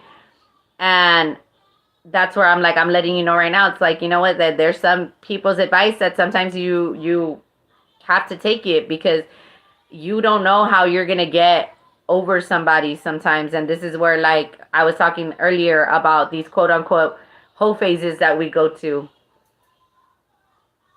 It doesn't look like your ex is going to contact you, no. I don't believe so. This is all about somebody new. This is somebody new coming towards you. Possibly a water sign or an Aquarius. Very strong Aquarius energy, very strong Pisces, Cancer, Scorpio energy. What I do see here is that you're healing from your ex, you're healing from the Sagittarius for sure, and their sneaky behavior. If you're wondering if they still watch you and stalk you like on social media, yeah, they do. Most definitely. They want to know who you fucking with, and if you're going out, if you're confident with yourself, like they all up on your shit, honestly, truly. But they're not going to come towards you, and if they do, they really don't have good intentions. They're only going to want one thing and one thing only, and you really like it's not worth it at that point. Like, keep yourself open and available for somebody who wants to be in a relationship with you, because the person that wants to be in a relationship with you is going to have more than sexual desire and passion for you. They're going to want a solid relationship, unless you want to keep, going back and forth with this person because you're emotionally unavailable and you're attracting somebody who's emotionally unavailable for you. So that's on you, though. That's completely your choice. That's free will at its best. So, yeah, that's basically what I'm seeing here. Yeah, if you're into that back and forth shit, because to be honest, like, I don't think it's a good idea to even entertain a text from this person, because they really don't, they don't have anything solid to offer you. Where with this Ace of Pentacles here during Capricorn season, which is like the end of the year, you could be like at a New Year's party or something like that, and you meet somebody new who's going to actually really want this relationship with you. And I'm getting like that double confirmation of Capricorn season with the Ace of Pentacles and the Devil card here. You're going to meet somebody new, somebody better, somebody who wants to be with you, and it's going to be in a way that you never thought could have unfolded. Very romantically, actually. Um yeah, I definitely see that happening possibly during New Year's. Um is the energy that I'm feeling. So that's what I have for you, Chrissy. You could go ahead and pick your goddess circle, whether you want to Isis, Quan Yin, or Kalima. You're welcome. Oh, you gotta go let Shadow out. Let Shadow out.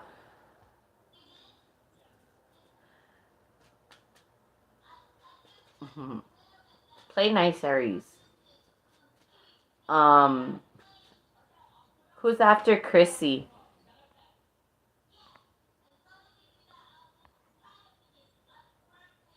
Jules. Okay. Jules, go ahead and pick your tarot deck and post your question. And then Chrissy, go ahead and pick your Goddess Oracle deck. I know Jules is here. I know you just tapped in earlier for the roll call.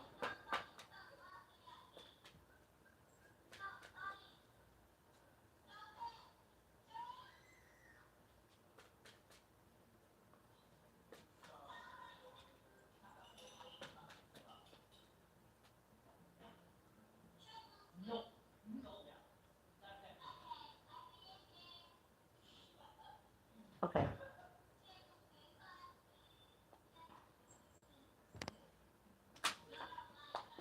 Thank you. I love you.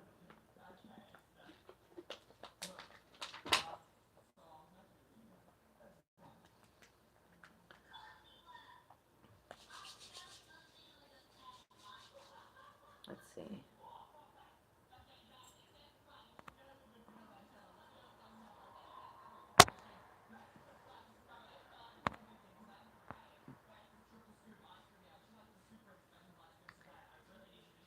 Chrissy, where are you, babe?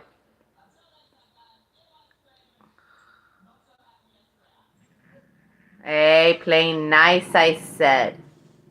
Hey, watch your language.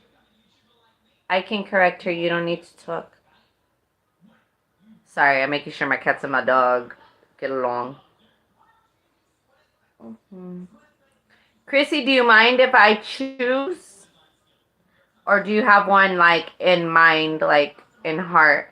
Because if not, then I'm just gonna choose the Kali deck so that we can keep moving on here.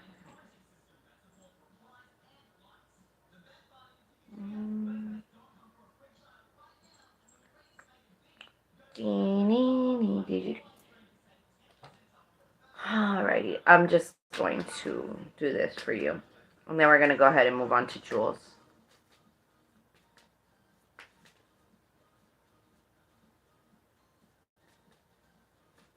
Yes, Aries. Alright. Final messages for Chrissy, please.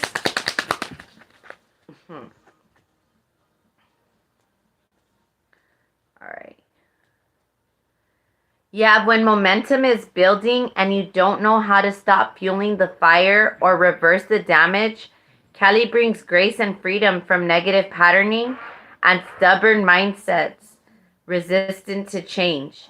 Now is a powerful time for spiritual work and healing practices. She will support the work and much growth can come from it. The storm shall be gentled and you shall emerge unharmed. Perfect. And then under the deck, you have check your boundaries and affirm your right to express and receive both kindness and respect. Embrace your softer side and your ability to stand up for yourself. You are a unique being, and you do not need to conform to stereotypes. As you relax into your authentic self, the best method to accomplish what you need shall spontaneously arise from within. All right. That's what I have for you, Chrissy. Thank you for tapping in tonight. And let's go ahead and move on to Jules. It's okay. I like to use Kali when we need to like set up for the next or to close it out quickly. All right, Jules. Dang, we've been going at it for hours, guys. We've been going at it for hours. All right, Jules. Let's see.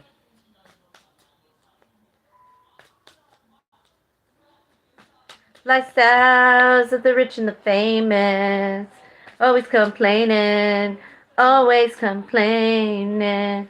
If money's such a problem, while they got mansions, think we should rob them. Sorry, good Charlotte vibes.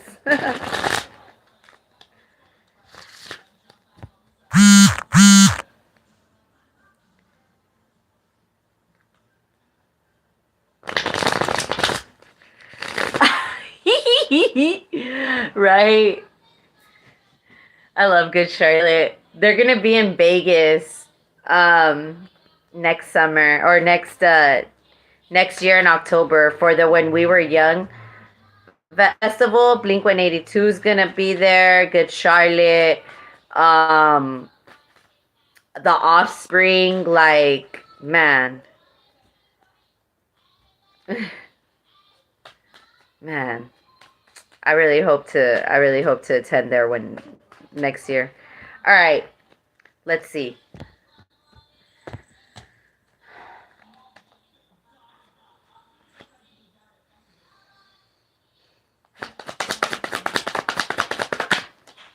Okay. Yeah, the Two of Cups. Oh, the Devil card. So, I'm going to take these, all right? You guys see that? All right. I'm taking those. We have the Eight of Pentacles under the deck. It's going to be a lot of hard work for you to become well-known and famous and all that good shit, Jules. That's what I'm seeing in here. With the Two of Cups and the Devil card, you have to be very careful about the energy that you call in, because it's like don't attain wealth at the expense of your soul, is basically the message that I'm getting for you here. It's like you've had tons of opportunities to make a living in a very toxic way that could potentially have brought you fame and fortune, but it's like there's a very heavy choice here. Um and it has a lot to do with your soul and your destiny, because it's kind of like, do you want this lifestyle of the rich and the famous, like we were channeling as we were shuffling your cards, or do you want a beautiful life that's really valued and meaningful? It's funny because I saw a meme earlier today of Bob Marley, and they asked Bob Marley, they asked them, um are you rich?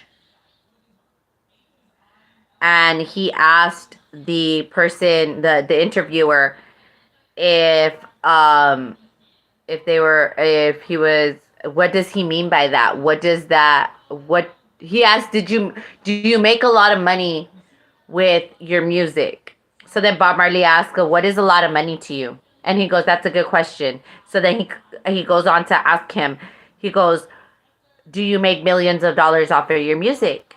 And he says, no, I don't make that much money. So then he proceeds to ask him, he goes, are you rich? Are you a rich man? And he asked him, like, what is rich to you? And he goes, oh, do you have many possessions, money in the bank, this and that? And Bob Marley pursues to tell him, actually, no, that is not rich to me. What I am rich in is I am rich in my life forever. And what that basically is telling me, which is coming here, channeling out towards you, is what is rich to you? Is fame worth losing your soul over? Is fame worth the work that you're about to put in and into a career, into money, into possessions, where you could potentially manifest a beautiful relationship and live a modest living or a modest life? You remember seeing that clip? Good. Then that means, because with the devil card here, that's Capricorn energy. Bob Marley was a Capricorn. So if you're wondering if you have spirit guides that are celebrities, you absolutely do. You just need to tap into the high vibrational versions of them. Okay. If you were wondering. But yeah, like this is your choice. Ultimately, this is your choice. It's like, yes, you can have that. You can. But at what expense? And that's up to you, because this is a free will game, what you're playing. You have the Death card, the King of Pentacles, and the Four of Wands. There could be some type of stability that's coming towards you. With the King of Pentacles and the Death card, there could be a father figure that you could be waiting for some type of inheritance from, or potentially there could be a death in the family of a father figure here that has potentially a lot of money. So it's like, this is okay. So this is what it is, because it's like, it's kind of funny, because it's like your guides are trying to answer your question with another question. So basically they're asking you, like, is it worth it? Is this what you truly want? Like, are you wishing for fame and fortune, or are you wishing for stability? Are you wishing for possessions, or are you wishing for a long, fruitful life? Because right now they're very confused. They're very confused because they don't necessarily think that you understand what it is you're wishing for exactly. So there's definitely some work that needs to be done, shadow work in particular, especially around the father figure and the father lineage, to see what exactly is blocking your abundance, so that you can figure out if what work with the Eight of Pentacles that you want to fully invest in, that will bring you fame and fortune. But like I said, like there is a choice. You will be sacrificing the idea of having a fruitful lifetime with like a spouse and children and a stable living environment, because for money, really, with the King of Pentacles, the Four of Wands, and the Eight of Pentacles. Like I know essentially that we can manifest it all, but there is something here in your soul contract that's telling you that there is a blockage here and you need to pick either or. And I'm not saying that you can have that you won't manifest abundance if you manifest this lifetime of having a stable job and a stable home and a stable relationship, a stable marriage here. I'm not saying that you won't reach abundance level. I'm just saying, like, is being rich and famous everything that you think it's going to be cut out to be. My suggestion to you, actually, like outside of this mediumship, is watch the movie um fuck, what's the name of that movie? Bedazzled. The movie Bedazzled. It's about it's a old 90s movie, I believe. But the guy um the guy makes a deal with the devil, and the devil's actually a female here. And he goes through all of the lifetimes um and wish for everything under the sun, like being a celebrity, being a like a basketball player, being somebody who is rich and intellectual. Like he literally goes through all of those scenarios, married to the girl that supposedly he wanted to be in love with, and every single one of these scenarios end up in shit because he wasn't wishing with the right intentions. Now, I'm not going to ruin the ending for you because then you won't get the moral of the story, but I definitely would suggest that you watch that movie because it will bring a whole new perspective of what it is you're wishing for, okay? So, it's such a good movie, right, Apollo? I knew you would know that movie. Um, yeah, that's basically what I have for you here. You have a lot of decisions that you need to make before you go wishing this wish. It's almost like a be careful what you wish for type of energy. So I'm not denying you that access. I actually am telling you that, yeah, you do have potential to reach um stability. I mean, sorry, more than stability, you have the potential to reach fame and fortune. But I'm gonna let you know right now, there's gonna be a part of you that's spiritually that's gonna be a spiritual sacrifice. With the Two of Cups, the Devil card, and the Death card, it's like you are gonna, like, the choice is either this lifestyle of the rich and famous, or do you want an abundant, living, fruitful life where you have the career, the money, and the family? And yeah, that's what I see for you. I definitely, like I said, would check out that movie. It would definitely bring a new perspective of what you're asking for, and yeah, then you could further manifest exactly what you want. Because I have a feeling that deep in your heart, you want stability and you want abundance. Maybe even abundance of money, like to win the lottery or something like that. I don't think you necessarily want to be famous. But that's just my opinion based on the energy that I feel right now. Um, you could go ahead and pick your Goddess Oracle card to get this show on the road.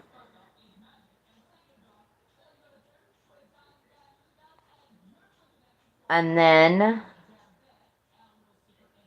Rishima, pick your tarot deck for me. Oh, you said you wanted me to pick for you, right? Yes, of course, Jules. Go ahead and pick a Goddess Oracle though before we wrap this up. And then Rashima, I will we'll do the Dark Fairytale Tarot for you because we haven't really used that one tonight. All right.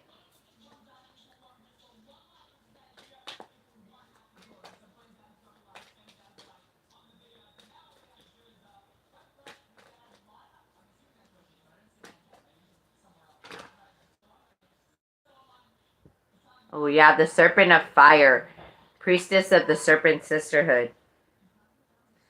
Yeah, that's what I feel. That's what I was feeling too. Okay, perfect. I will.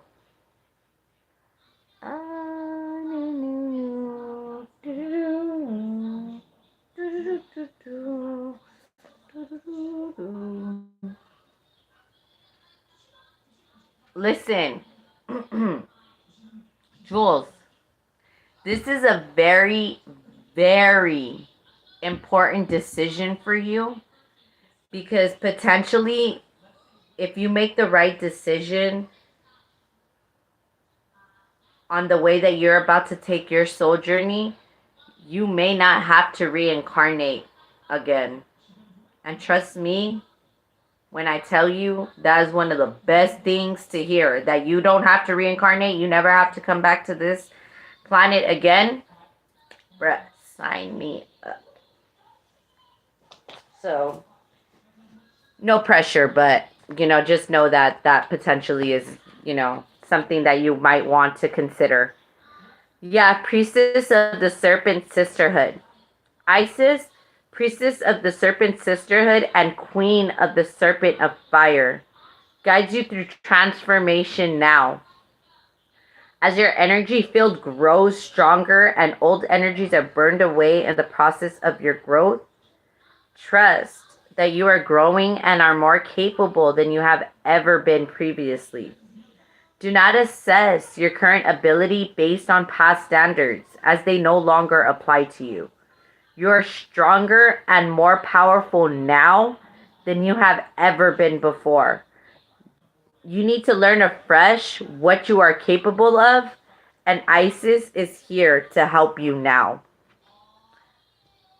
You're being led and guided into a different direction, and there is something greater for you to realize, and it's basically relearning your capabilities and your gifts so that you can make a more conscientious decision about where you want your life to be led to now. Alrighty. Let's see the Dark Fairytale deck for Rashima. And then Serenity of the Soul. Are you still here?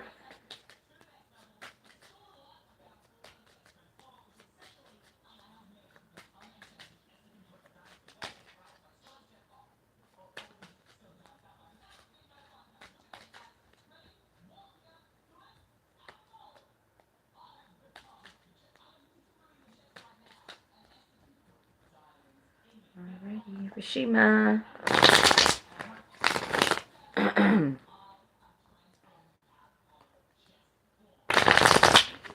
Yeah, of course. Thank you. I appreciate you coming out, and I appreciate you waiting for your question. And I really hope and pray that you're letting guided to the right decisions and everything that you need to ultimately put you on your golden path here. Okay, it's ready. All right, for Rashima, please. Ooh, okay, we got the full card. New beginnings, a leap of faith, the Star card, healing. Mm-hmm. High Priestess. The Six of Cups. Okay. Three of Wands in the bottom of the deck. You have three major arcana that popped out. The Fool card, the Star card, and the High Priestess. There may be a pregnancy before a marriage here. You could be dealing with an Aries, an Aquarius, a Pisces, or a Cancer. Yes. I do see potentially a marriage in your future. Um, I just believe that there may be a pregnancy first. Possibly with a Pisces, Cancer, or a Scorpio. It could be an Aries again or an Aquarius. But with the Knight of Cups and the Six of Cups, I feel like there will not be a proposal until there is a child present, or there will not be a marriage until the child is present. Um,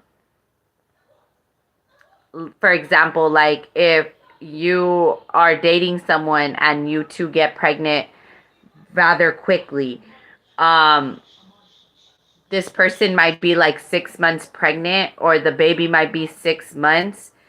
Um, before you pop the question. I'm actually done doing questions for tonight, PC. I apologize, but I'll be back in 2 weeks to answer free questions. Um, if you want to purchase one for $40, by all means, but if you want to wait, it's all up to you. But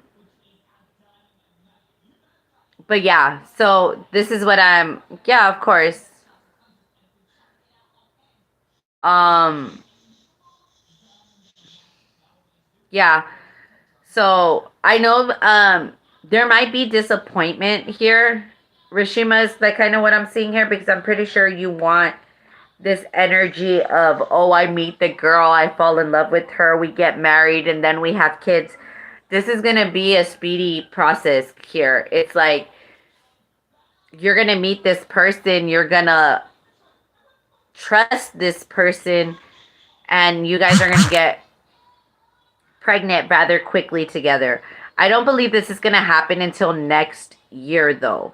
Honestly, truly, honestly. Like, I don't even feel like you're going to meet this person until maybe Aries season next year. And,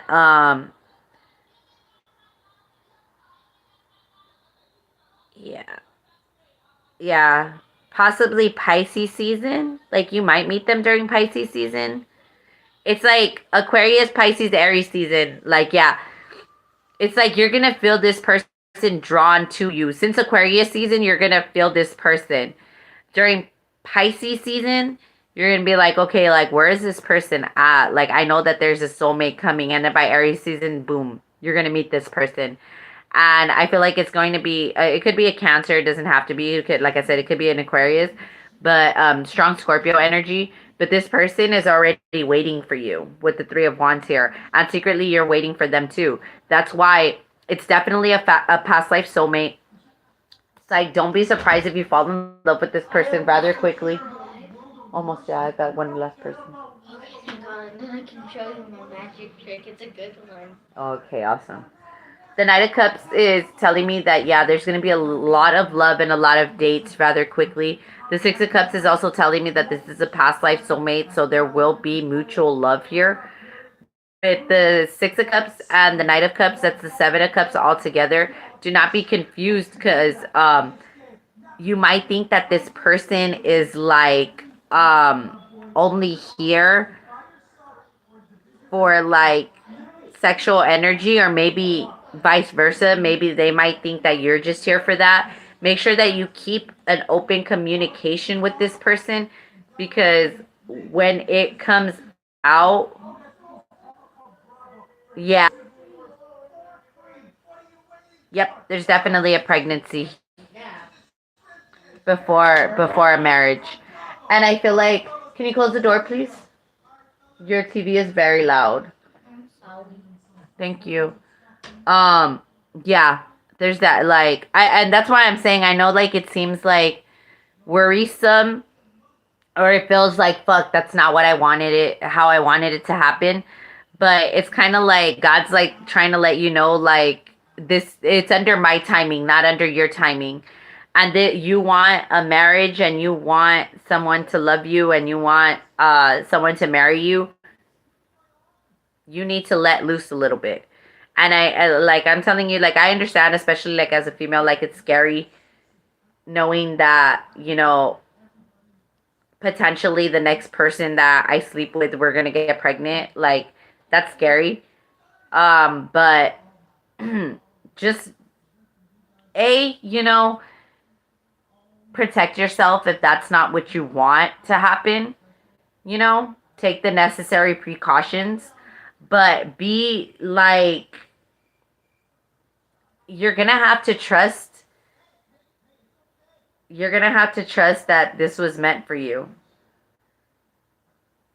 Yeah, you're gonna have a new one. That sucks that you have not that it sucks. I'm sorry, that's the wrong words to use. It's like it may be worrisome. Like I said again, I'm gonna use that word again because it seems to work. That you have a 22-year-old and now you have to start over potentially in about 2 to 3 years and start with a new baby all over again. But that's what I'm seeing here, honestly. Um,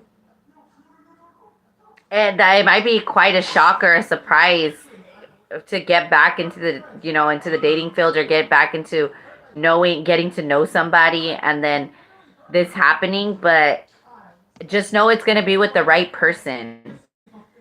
It's going to be with the right person this time around. So you just have to trust that when you allow yourself to be with this person, you're going to see why it took this long to have another child, or why it took this long to potentially meet somebody who was going to love you correctly, you know? But there's definitely a cycle that's being closed out.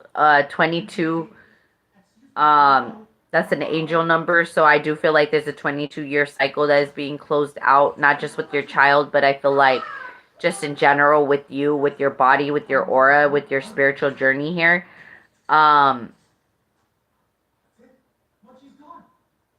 Just give it time. Definitely, you're going to meet this person definitely by Aries season, and it's going to take off rather quickly. The right person. Exactly. This is why it took so long. Like, when you meet this person, you're going to know why it took so long. And it's almost going to be like a sudden realization, a tower moment, even if you want. But but this person with the Ace of Cups is bringing in a new relationship. Yeah, and they're going to balance things out because there was something in the past that was very unjust. Possibly whatever relationship you had with with the father of your child, but it's all being rectified now. It's all coming back now for you so that you can be in a better spot, so that you no longer deal with unwanted competition. You're no longer being left out in the cold, and you're standing in your highest truth. And with the Ace of Swords and the Ace of Wands here, it's like the aces are gifts from the universe. This person is coming in truth. This person's coming in passion. So don't be surprised if you get pregnant again.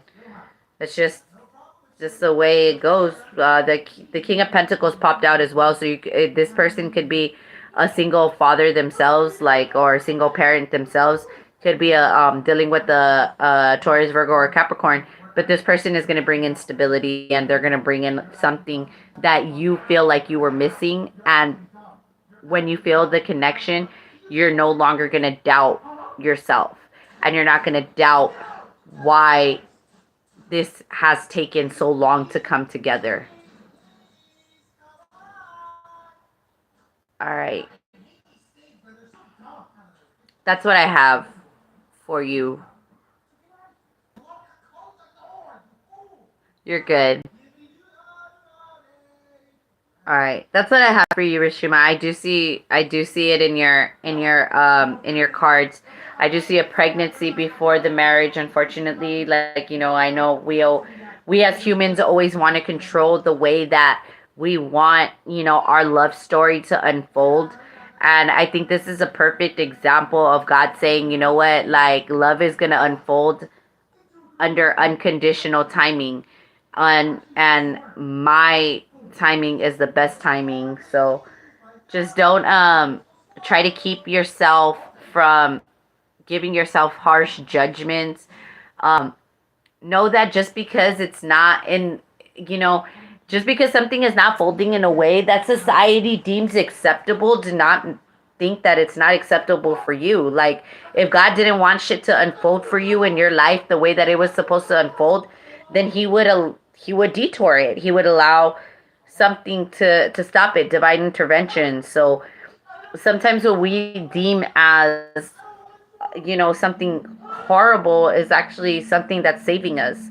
So yeah, that's definitely what I have for you, Rishima. Go ahead and pick your Goddess Oracle, and then Serenity of the Soul if you're here. Go ahead and pick your Tarot deck, and then we're done for tonight. My kitties are all knocked out. Tired of me talking. That's the way love goes.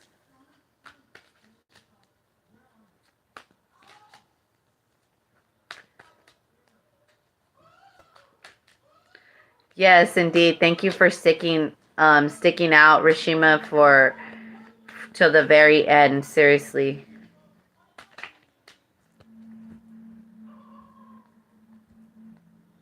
Dang, 2 hours.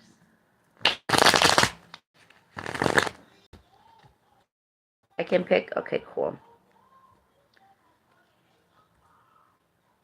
Is there any Serenity of the Soul did pop in? Didn't they earlier? I thought they did. That's the way love goes. Damn, yeah, like 30 minutes ago. Shit. Yeah, like 30 minutes ago. Yeah, well, let me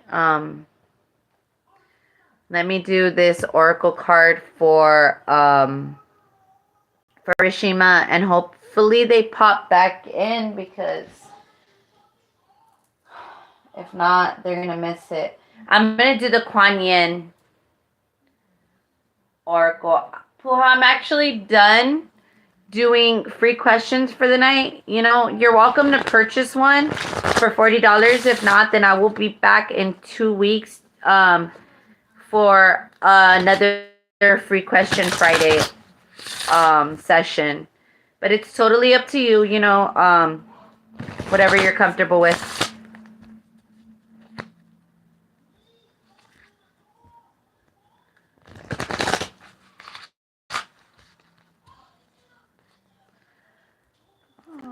Alrighty.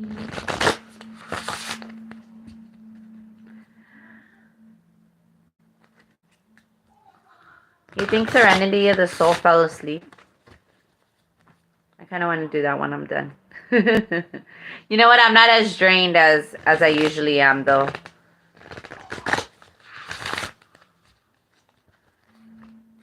And Apollo, thank you for maintaining the list while Mina is out.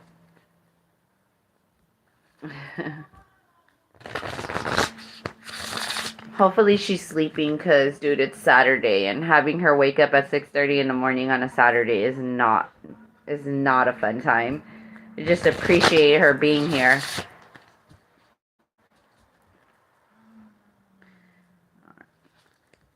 Oh, Mina, I love it when she comes in like that. I was just saying, Mina, I was hoping you were sleeping. It's okay. It's okay. We're almost done. We're just waiting to see if Serenity of the Soul pops back in. I feel you. That's me. That's me right there, Apollo.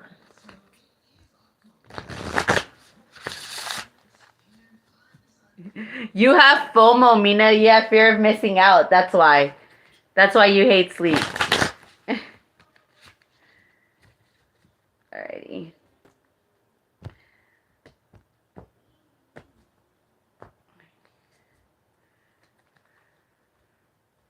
You have never loved sleep.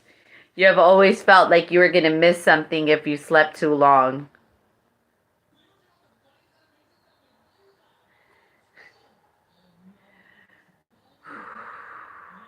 All right. Final messages for Rishima. All right.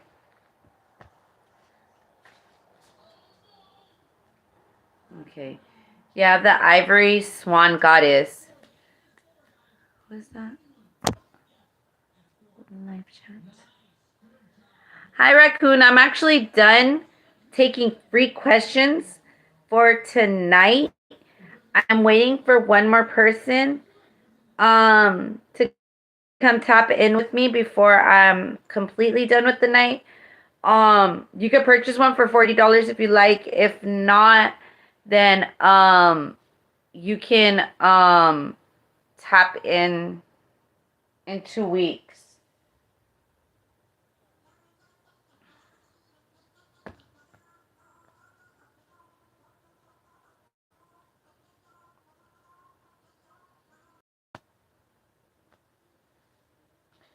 Let me finish this out.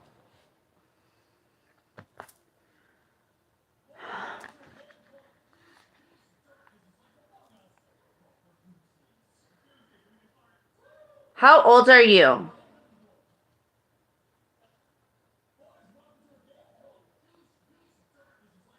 Because I'm getting baby energy from you.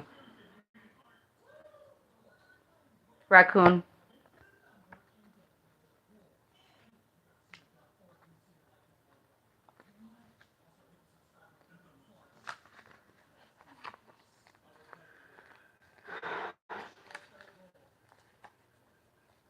All right, for Rishima. The ivory swan goddess speaks of spiritual grace and purity. The purity of your soul light never fades, beloved. Release guilt, shame, judgment, or fear that you are not enough in any way, so that you may realize your beauty, be more of yourself, and shine your divine essence into the world. Do not cast your eyes away from the perception of your own divine inner light in all its purity and radiance, beloved soul. You may find it easier to believe in the illusion of sins and unworthiness than in the truth of your own spiritual innocence. Yet, just like the purity, beauty, and grace of the ivory swan goddess, your own soul is luminous, pure, and eternally grateful. You're 20. Yeah, you are, baby. Okay. All right.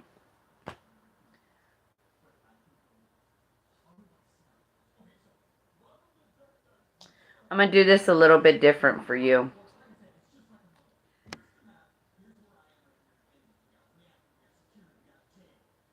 Apollo, stop.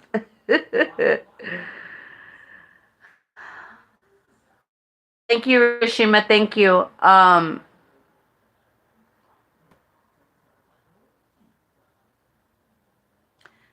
We do look younger than the younger generation. Alrighty.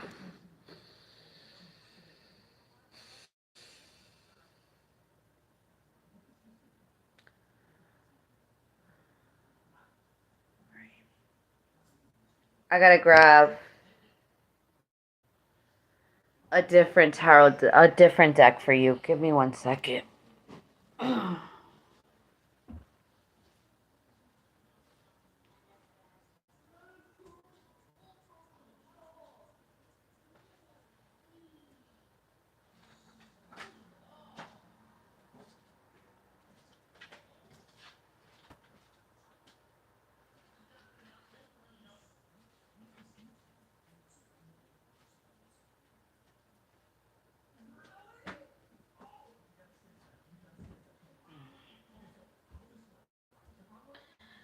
All right, then.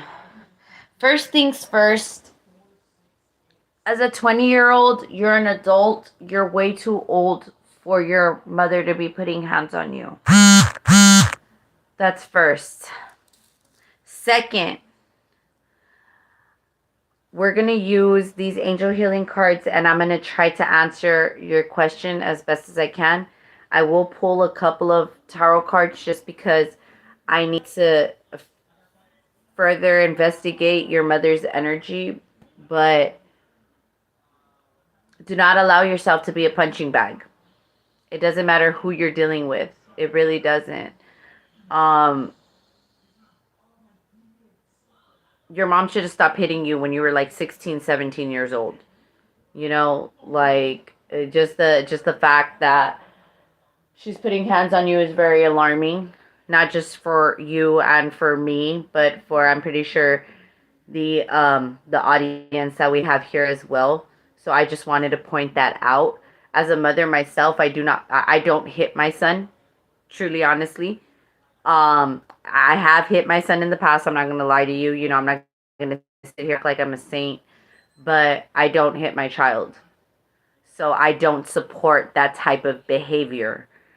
Um, and I was definitely one of those kids that got hit with everything under the fucking sun, you know, as far as like, you know, uh,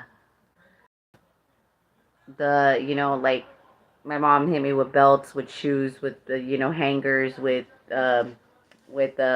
I got whooped when I was like 15 or 16 years old with the extension cord. Like, um, there's definitely needs to be a separation. Okay, I don't. I'm gonna go ahead and see what cards pop out for you, Raccoon, and then I'll go ahead and continue from there, and then I am completely done for tonight.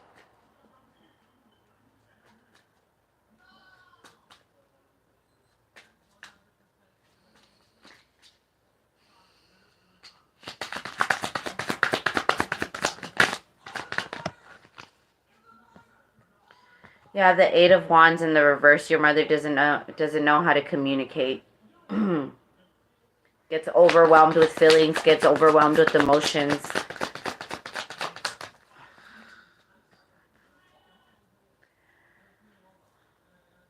There is abuse that she doesn't talk about, possibly with the father figure here. So I don't know if you know your grandfather or not, but there's definitely some communication issues um, that are definitely inherited from the father lineage here. A lot of it could have to do with money, um, stress over money. She could blame you for a lot of that energy that really has nothing to do with you. Um,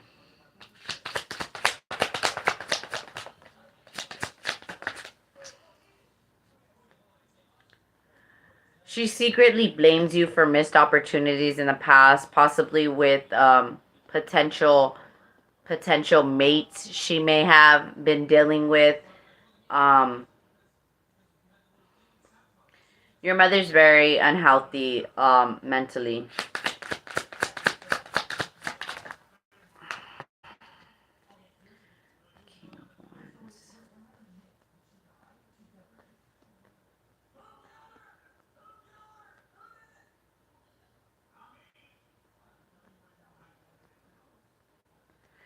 Okay.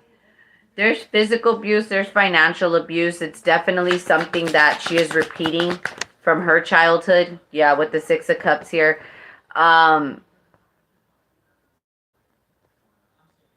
She's repeating patterns that were done to her as a child. With the Three of Wands, the Three of Pentacles, the Five, that's so crazy. The Five of, look at all of these repeating numbers. You got 33 here. You got 55 here, and you got 66 here. So here's what's going on. There's nothing that you can do to help her. Basically, you are in an age right now to realize that you have the potential to move yourself out and save yourself. With the Five of Swords and the Five of Wands, you're only self-sabotaging yourself by being in the line of fire. Just because she was abused by your father, and just because there is abuse in her household, that allowed her to fall into these patterns, to allow her to be, in a relationship where she was abused, does not in any way, shape, or form make it okay for her to return that projection onto you. Period. She needs help. She needs therapy. She needs therapy. And you need to remove yourself from the situation as fast as you can.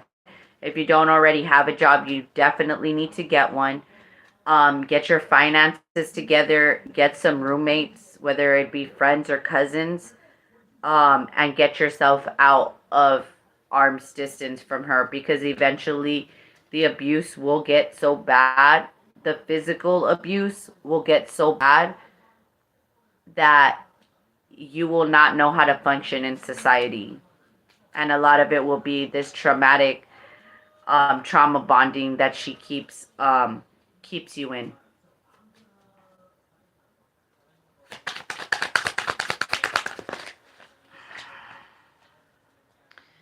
Yeah, throat chakra. The angels are helping you speak your loving truth. Ascendant masters, powerful, loving, and wise spiritual teachers are watching over and guiding you. And under the deck you have, if you get nervous, focus on service. Walking on eggshells around this person, around her on a daily basis. You don't know what to say because you don't know what is going to trigger her, what's going to set her off. Even if you're in your most powerful, loving state, there is no getting through. You still have to walk on eggshells to be around her. That is unhealthy.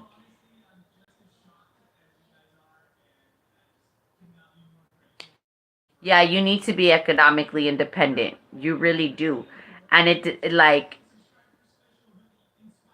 a part of it is she feels pressured, but that economic independence that she supposedly wants you to have, like, you won't be able to attain it while she's abusing you. It's like there is it's counteractive, really. Like, you can't move. It's like if you were, say you're digging a hole, right? You're digging a hole, and the farther you go down in the hole, the more, you're progressing, right? But at the same time, as you're digging out the dirt from the hole, it's like she's putting the dirt back. So how are you supposed to progress that way? How is your hole supposed to be deeper? How are you supposed to progress if there is a big ass blockage in the form of her not allowing you to be confident enough to be a part of a social setting? Because you cannot be healthy around other people when you're being treated in this way. You just can't. It's like, eventually, all of the suppressed energy, all of the suppressed um, emotion that you have,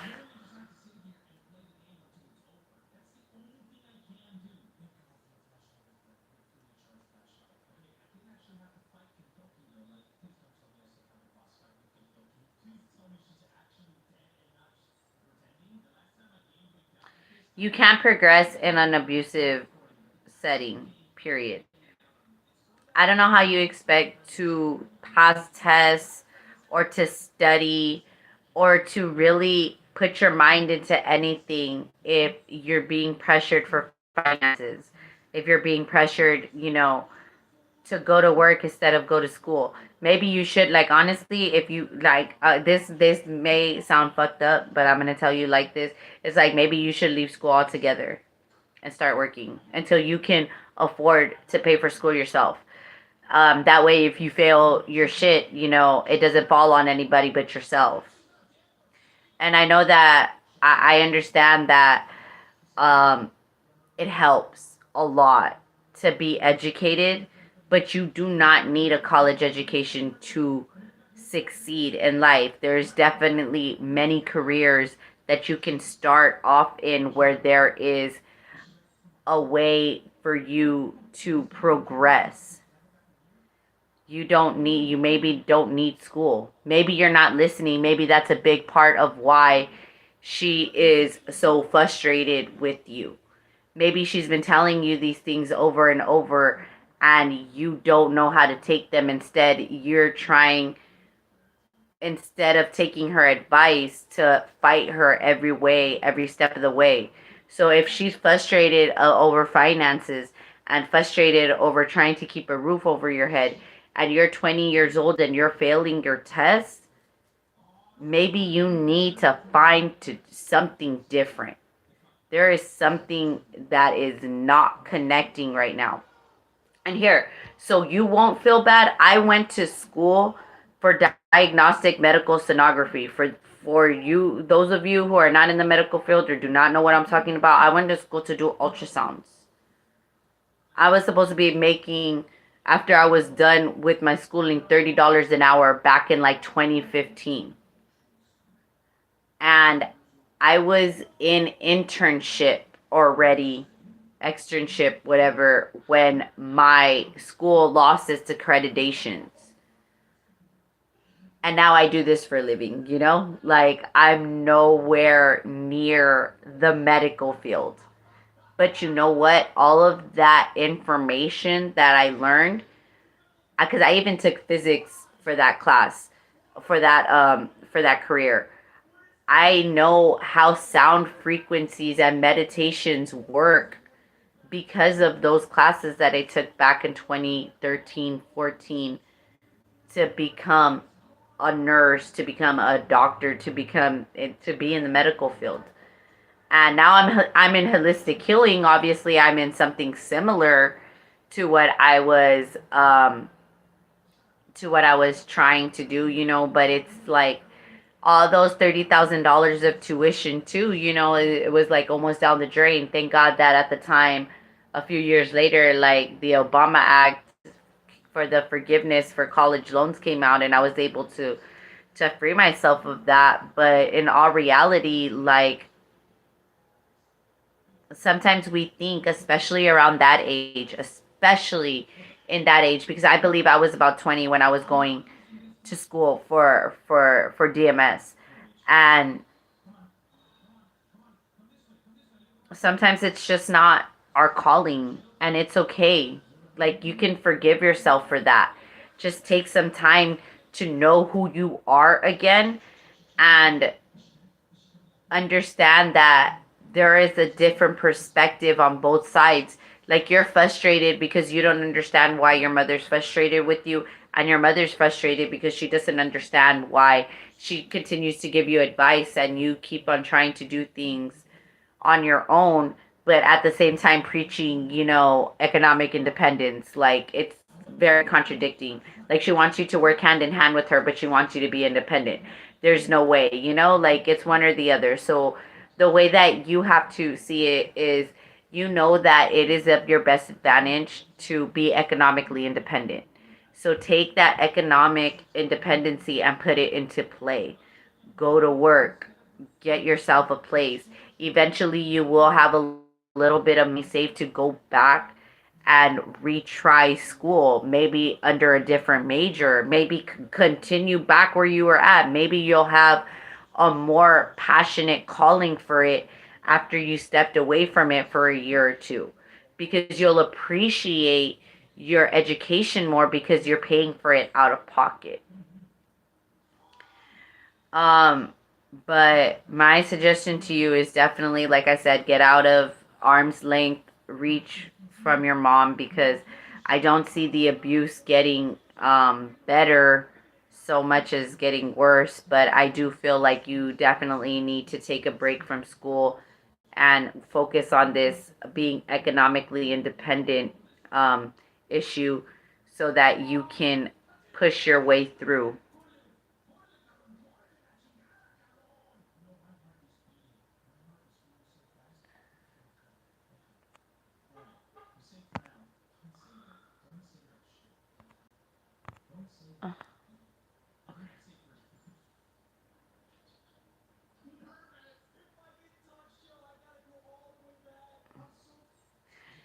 it's because, like I said, she's going through her own shit, honestly, truly, honestly. And a lot of it has to do with being trauma bonded or still trapped in these energies, healing from the abuse that she endured. And the truth is, she can't offer you that love, safety, and support because she never really had it. She never had the true version of it. So the only true um, form of it manifesting is if you two can do it together, honestly. But there has to be a separation first. Like, she needs to see what life is like without your help, or what life is like without having you as a scapegoat, or having you as someone she could release her anger on, so that she could actually sit down and look at the abusive tendencies that she has. But the only way she's going to be able to do that is if you separate yourself from her. And like I said, like, maybe, you will continue to grow passion for this, this major that you're majoring in, the zoology, like, even if you decide to set down the studies for a year or two in order to focus on your independence, you're going to need to, because you don't want to be halfway through getting your certificate or your doctorate degree, and it's the week of exams and she's fucking kicking you out. Because that's what I potentially see in your future if you don't take a break from it. And I've seen that with many college students that are dealing with parents that of this similar nature. So trust me, you don't want to go through that. You're better off taking your time and taking a break from school, getting into work, and getting yourself out of there. And then in potentially 2 to 3 years, you could go back to school and you'll be fully supported by the Ascendant Masters here. You just got to believe in yourself, and you got to believe that God has your back. And right now, God wants you to be safe. So your safety is your number one priority, and He'll take care of your finances, and He'll take care of school, so long as you are aligned with Him. Yeah, be willing to forgive. Don't hold any grudges over this. Just do what's best for you, so that you could get yourself out of this self-sabotaging and unrealistic and unwanted competition, especially with the power animal under the deck. Your mother could be suffering from some type of narcissism. You have books here. Your life purpose involves writing, reading, editing, or selling spiritually based books. So there you go. So if you have a passion for writing here, or if you have like an unexpressed talent for writing, whether it's poems, whether it's books, whether it's papers or whatever, like, there may be something of that that's calling towards you. Because with the manifestation power, you definitely may have chosen a career that you felt was safe, instead of something that is aligned with your calling with the manifestation power. So definitely, like I said, my advice to you: take a break from school. Take these 2 years to get yourself economically independent, and go back to school when you can afford it, and you'll appreciate it more. Try to, if you can, remove yourself out of being under your mother's roof. Like I said, go find yourself some roommates, whether that be cousins or coworkers, and you'll see that your relationship with her will eventually mend on a higher degree of things. I'm gonna do Quan for your final oracle, and then I'm done for tonight, guys. You have the Yin Empress, number 40.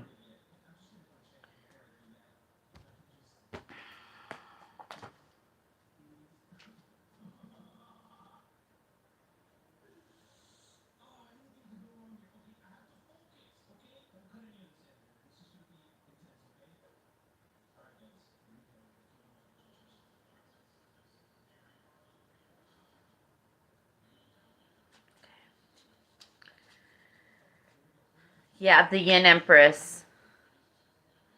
The Yin Empress brings peace, prosperity, and success to her beloved devotees.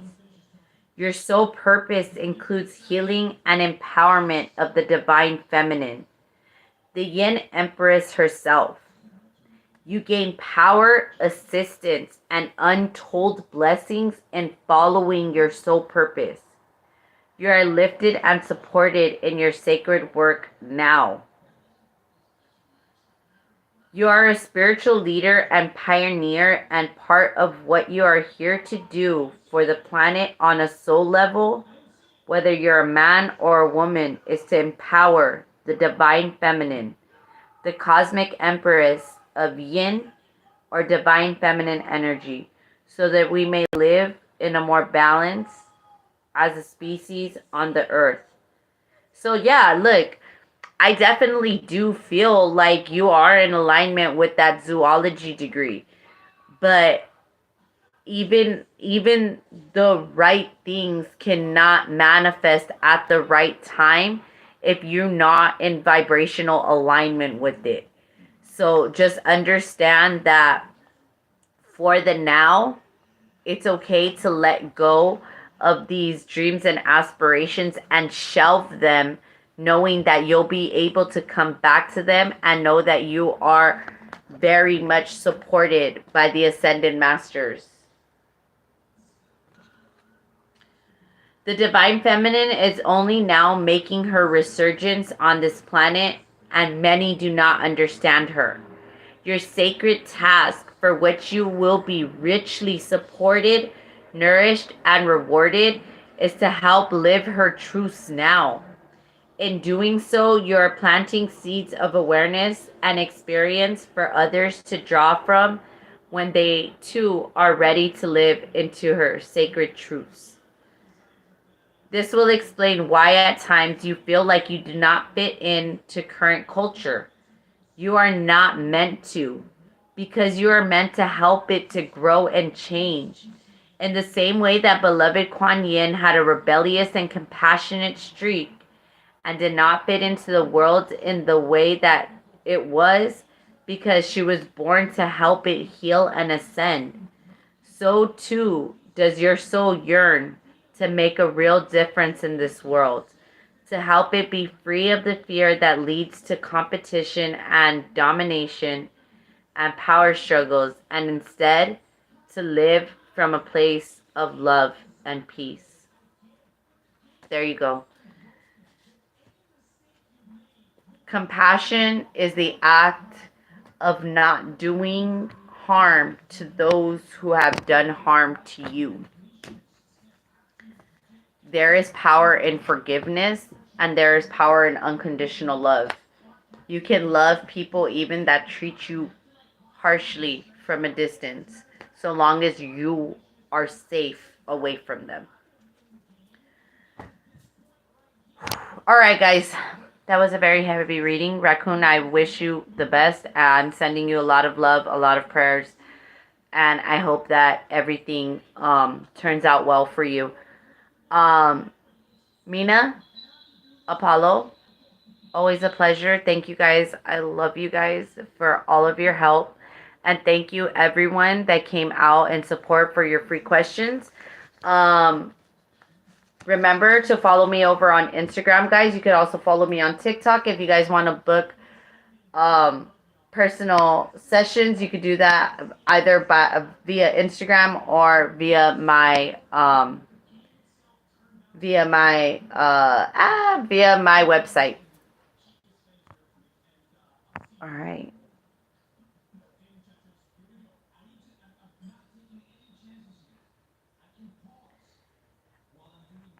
You're welcome, Raccoon. I really do hope the best for you, okay? And yeah. All right, guys. Thank you, and have a good night and good morning to my people that are on the other side of the world.